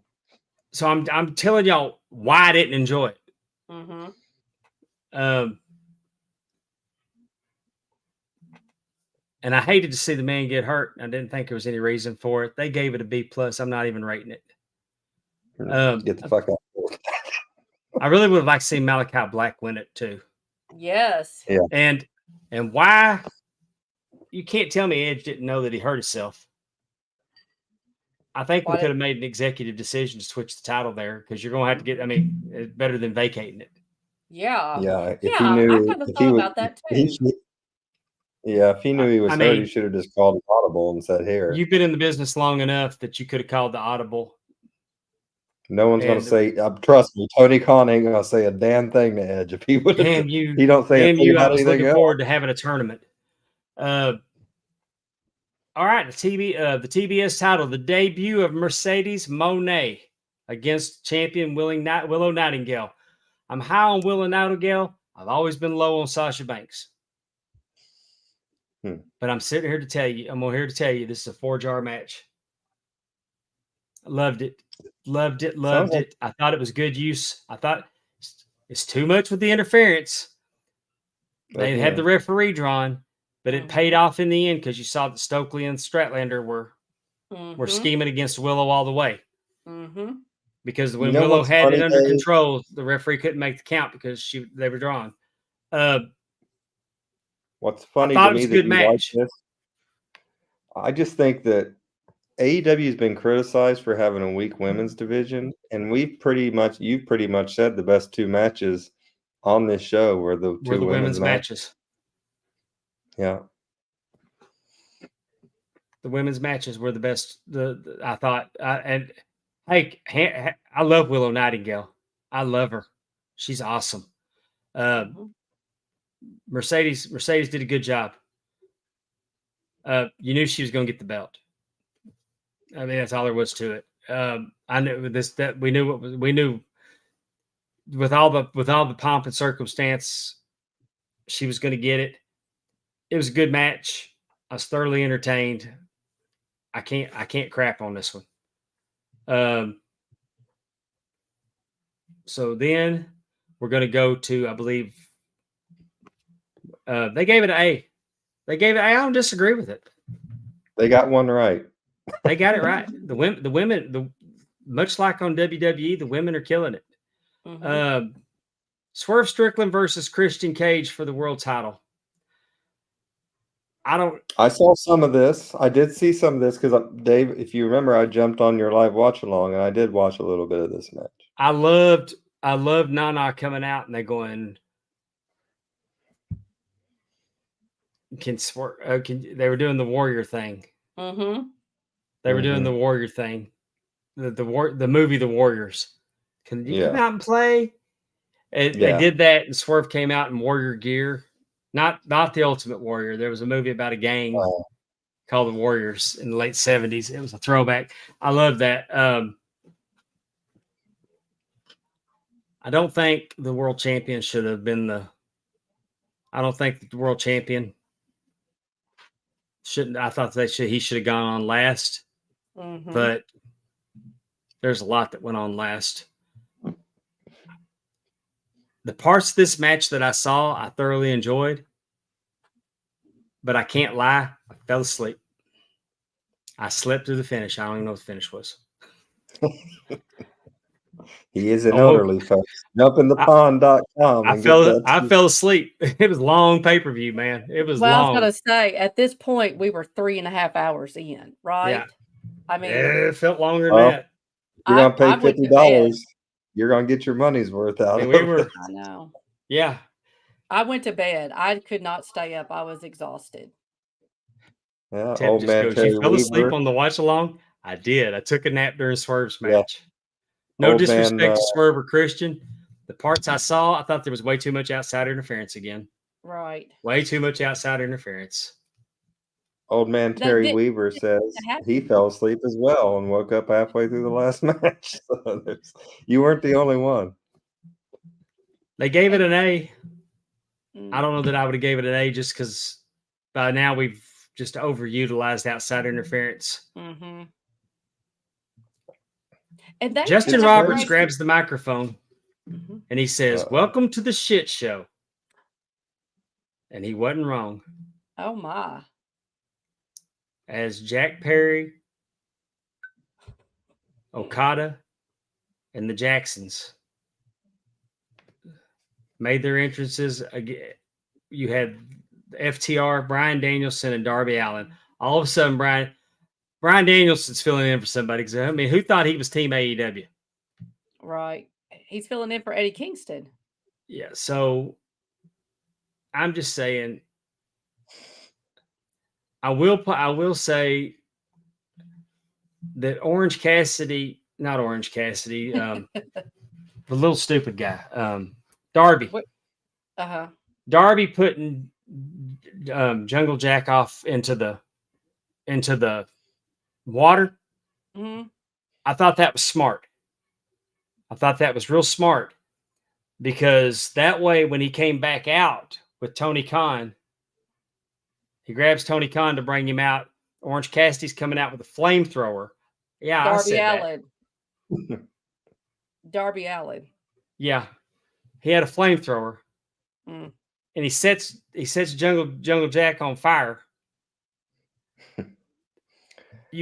Jungle Jack had an excuse for being wet, so they had the stunt man had him where he'd catch on fire. Mm-hmm. On his pants. I mean, they pulled the stunt off. They made sense because if he'd come out wet, you're like, well, how'd he get wet? So they actually there was some details there. Before we go on, though, Dave, can we just say Tony Khan foolishly going down the ramp, making himself fall over and over. Jesus Christ! Have you seen him doing it to Limp Bizkit's Rolling? No, I No, haven't. I'm gonna have to search that. Rolling. It was good. Yeah, he was rolling and rolling and rolling by himself all the way down the ramp. I mean, the Elite needed to win this match. I hated it. It was a shit show. I mean, what are we doing here? We got probably the best wrestler in the world in Okada. Mm-hmm. We've got Bryan Danielson, arguably one of the best wrestlers in the world. FTR, arguably one of the best tag teams in the world. And the Young Bucks. Mm-hmm. And Jungle, and then Darby Allin. So, I mean, their marketing, I think we should have had, I think we were going for an NWO moment at the end there. The Elite had to win this for the story. I just didn't. They go for a lot of moments, but I don't know if they actually achieved too many of them. I just didn't like this match. I just didn't. I don't like. I never have liked the Stadium Stampede matches. Yeah. So, and I saw the Young Bucks. Young Bucks got some new Reebok tennis shoes coming out with the pumps on them, and good for them. Little Jimmy Sorensen asked me if I was going to get a pair of them, and I'm sure Jimmy is. I wouldn't respond to it on social media when he asked me, but I'll tell him on this show in a loud and clear voice that I would rather have athlete's foot. Oh, man. He'd rather have trench foot. I'd rather have no feet. Oh, God. Don't say, oh. Yeah. Oh, well,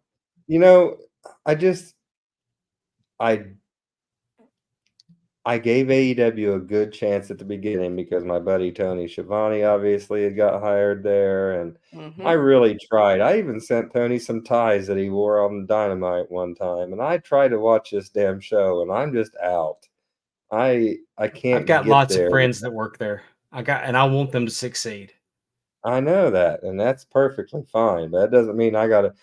I watched reruns of primetime wrestling with Gorilla and Bobby instead of this pay-per-view the other night. Hey, I got a question for y'all. If you're looking at the graphic that we have up on the screen, Mhm. does Roderick Strong look more like CM Punk than Roderick Strong? There is a CM Punk look to him, but I think it looks I like thought that. because he's got So the when I mustache too. I kept looking at it thinking, CM Punk don't work here anymore. Did we get the right graphic? And I'm I looking, thought yeah, we this. did. Okay, Dave, the same thing went through my head. I thought that was CM Punk. So you weren't the But only one. But I don't know if you want to be thrown in a group with me because that means you're in the stupid group. So maybe you don't. for the most part, oh, excuse me. Oh, professional podcaster. Uh-oh, he's Um, gonna fall asleep on his own show. This. I know. As I have to. this pay-per-view was not as good as the King and Queen of the Ring. But I'm gonna tell you one Oh, thing that not they can quite. do. Less is more. Definitely.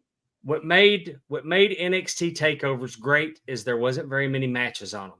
And Triple H is taking his approach to NXT and applying it to main roster PLEs.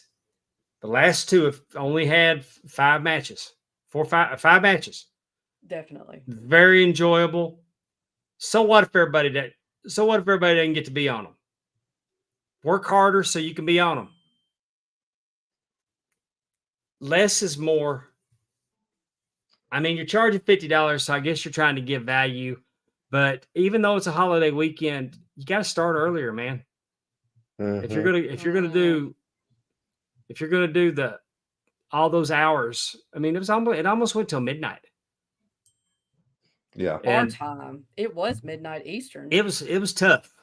It was tough. And there's things Oh, on yeah, here. it was The things on here Eastern. I really did not like. But the things that I liked on here, I loved. Mm-hmm. I mean, it wasn't all bad. If it would have been earlier in the day, I might have enjoyed it more. Right. How Well, about Dave gets grouchy in the evening? If you have it started at 7, he'll enjoy Well, it better. and keep in mind, I'm back here sitting in this chair and my leg hurts, mhm. That's right. and it hurts constantly. So I'm half-ass irritable anyway. And I think it's with the talent that was displayed at Double or Nothing. I don't like you said, I got really tired of the interference every Every match. match. They didn't need that. Like Swerve It's and almost like Christian Cage could have had a You fabulous match you with don't do the nobody same things interfering. every match. Yes. and what that makes me feel like if I'm someone that's, watching the show and hadn't seen it yet, just fast forward to the end because the match don't matter. All that matters is the interference and how that's going to affect it at the end. So that really, Exactly. to me, that shits on your matches and it makes everything during the match not really matter much. Mm-hmm. Yeah. So I mean, they did the referee throwing people out in the Swerve match. mm-hmm. But not the other 12 when there's all kinds of interference and Just stuff. less is more, and that's what I think. And You know what I think would be a fantastic couple months segment for Dynamite is if they did this gimmick where they start training all their referees, and now all of a sudden they know how to not let shit happen in front of them. Apparently, y'all have never been taught this, so we want to teach you. so anyway, that's what we got, and that was my wrestling weekend. Well, I had fun at least watching King of the Ring, and like I said, I wouldn't say it was the best show that they've done, but as in all of the Triple H pay-per-views that I've watched since he's taken over, it was solid. Not Mhm. his best show, but King of the Ring is not SummerSlam. It's not WrestleMania. It's not supposed to be, everything. But I thought it did its job. It did its job, and it was a solid show. I thought some stuff was predictable, but even though there was nothing that I thought was spectacular, I also didn't think anything was terrible. So it kind of just evened itself out in that way. All right. Mhm. Well, with that being said, It's time for Amy's trivia. Think you have the facts? Let's play and see. Yeah. So I knew we were having Miss Hilda on. Of course, she's from the great state of Texas with MPX. So that got me thinking about another great wrestler from Texan? Texas. Yeah, and she went by Miss Texas.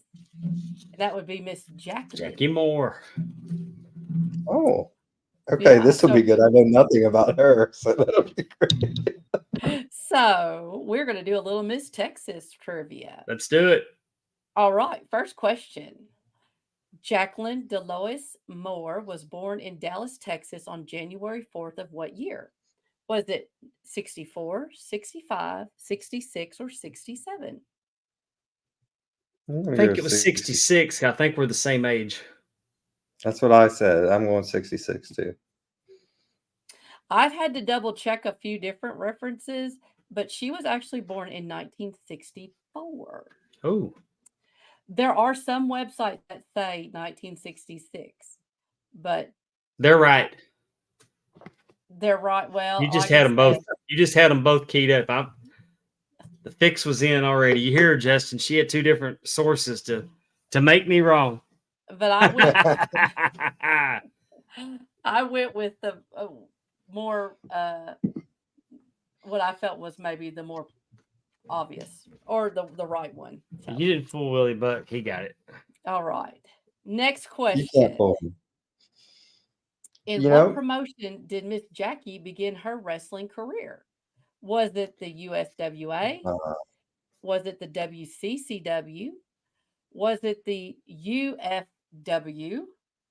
Or did we see her in the WWWF? I think it's A or C, and I'm going to go A, USWA. Justin is 100% correct. It was the USWA. Oh, Pond Water. Oh, don't agree with me, Pondwa. It was the WCCW. That is Oh where my her God. first. Fire him from his own show.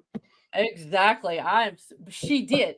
She is definitely better known for her USWA run, but she first started out at WCCW. When? Well, I will tell you in 1 second. It's another question down here. All right. Okay, next question.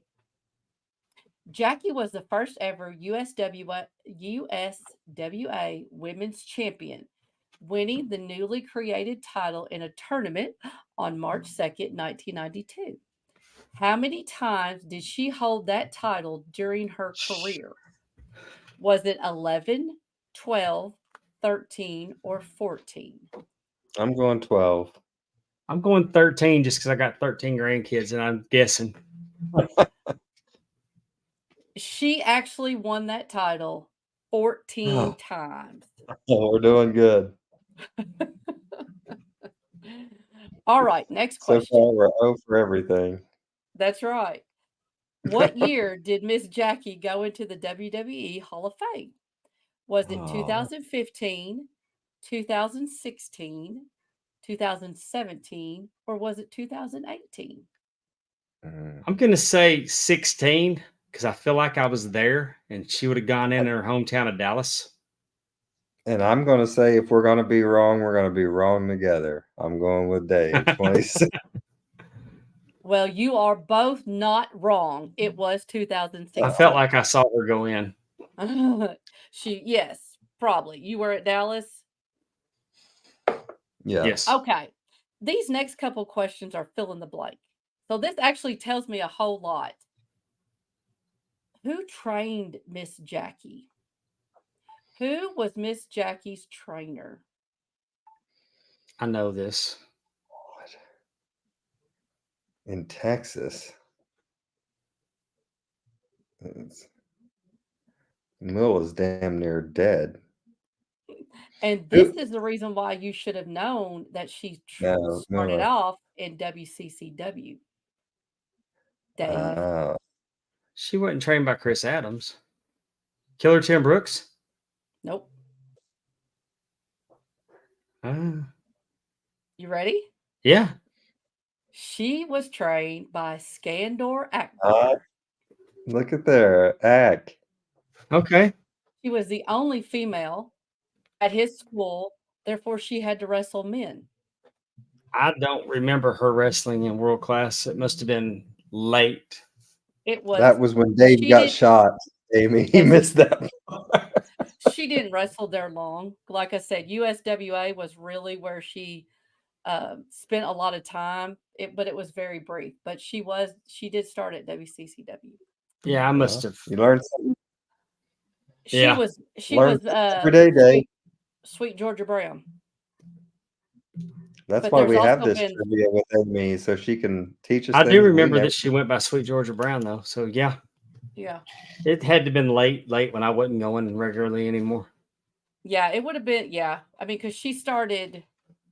This is can't when you had remember. your perm going and you was finding chicks in the bars at the time, probably. All right. Next question. The permit didn't come and gone by then.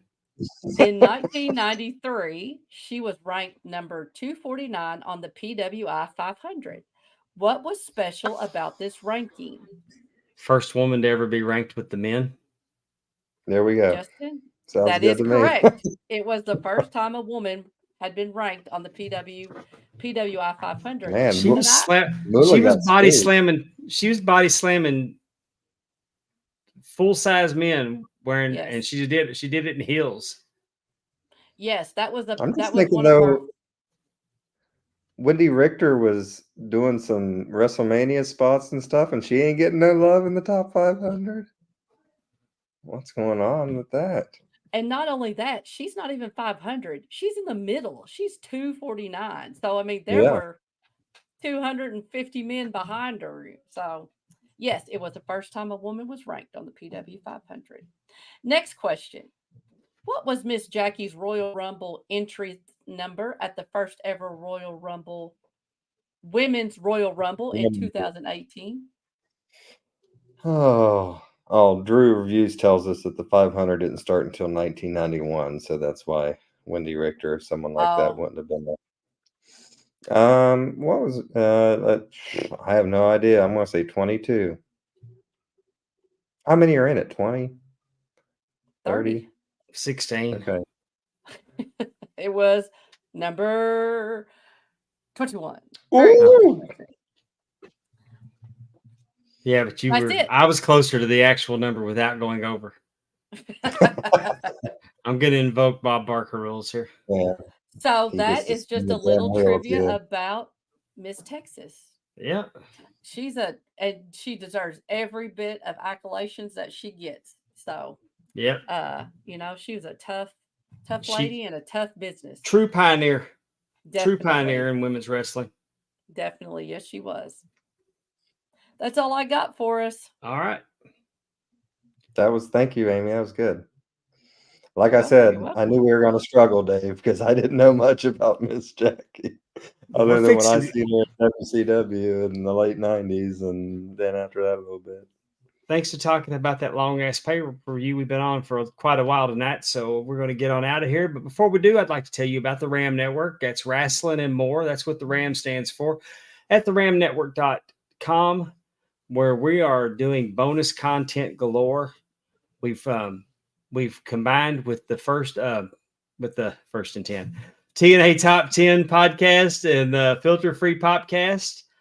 We're mixing and mingling and making new shows, like the Audience with the Belt Pope, where I will get a belt and tell you all about it why I like it so much. World Class Flashback. 1983 was my favorite year of wrestling, bar none. And me and Timmy C are doing World Class Flashback, where we're going week by week through 1983 in World Class Championship Wrestling. Hard Times.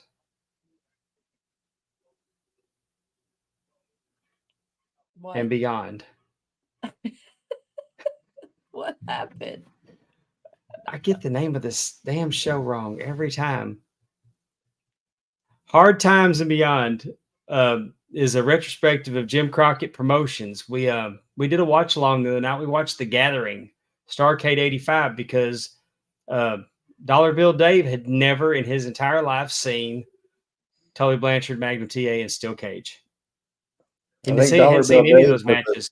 He was a WWE kid like me growing up, I But- think. So I don't think he saw So that. Andrew and Dave were going to watch it, and I went and watched it. We had a crowd. We had lots of our members there to watch it with us. Had a great time watching wrestling with our wrestling friends, and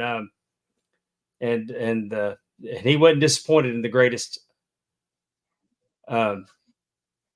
wrestling match, the greatest cage match in history. Magnum TA, Tully Blanchard, I Quit, 1985. Terry Weaver's hosts I Was There. Episode 1 is loading onto the RAM network as we speak. I was fortunate enough to be on the first episode with Terry. What we've done is we've created a spreadsheet of events that we were at. We're going to do that with our listeners and viewers. You can be a guest on the show to talk about I Was There. Me and Terry talked about Saturday Night Main Event from 2006 in Dallas, Texas. Not only was I there, I was front row on the hard camera. So I had a great time that night. Lots of surprises on that show. It was really short matches, but it was a good show. I mean, it was the event sold the tickets to that thing. But we'll be doing more and more. I think it's a pretty neat concept. Andrew Hermes and Allison Faye do cooking because it's RAM and more. It's wrestling and more. They do they'll review restaurants. They'll review food. Just put it in your mouth. Yeah. Put it. Just I put it think in your about mouth. that song every time I hear that. Put it in your mouth. So, and there's so much more over at the RAM Network. We'd appreciate it if you go over there and check us out. I want to thank all of our new subscribers to our channel, especially if you're taking the opportunity to watch what we're doing here on Talking Wrestling with Palm Water Dave. I've been sharing classic wrestling matches on our channel, and the response has been overwhelming. I mean, we are growing by leaps and bounds. We're at 580 subscribers as we speak. Oh, that's crazy. Last week, we were at 370.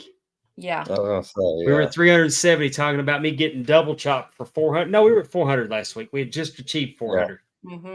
But I'm like I say, now we're at 500 and what did I say, 580? Yeah, we're at 580. So 1,000's within reach. I'm super nervous about taking a Camacho bomb because I saw him destroy a referee on Twitter today. You may not need to with your repaired leg. Like maybe that's just something you might need to. I'm a man of my word, Amy. I'm a man of my word. I like the Pondapalooza that we were discussing. Yeah, that's just we're joking around. I told Tip, I said, wouldn't it be fun if we looked out there, we decided to have Pondapalooza. Everybody brings a tent. And we just look out the back door and it's like a tent city.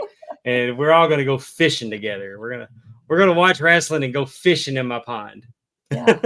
Out of 1,000. And now it's like, oh, we're really going to be there very soon. Yeah, all of a sudden. And the main event's going to be James Sorensen versus a goose in the main event of the night. And I'm putting money on the goose for sure. And if I don't know if y'all have noticed or not, but I'm wearing a t-shirt tonight that says "Pucker Up, Asshole." That's one of Amy's favorite sayings that she got me with one night.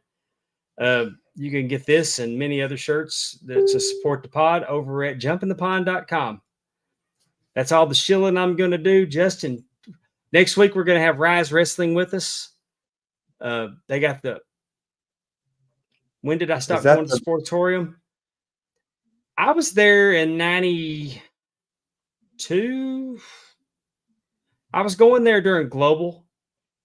I don't think I ever went back after Global. Drew, my daughter loved Crybaby Bunston. She really liked Crybaby, and Sarah was just a baby, and I was taking her. We had a good time going for those. I liked the Patriot, Justin Hawk, who's Bradshaw.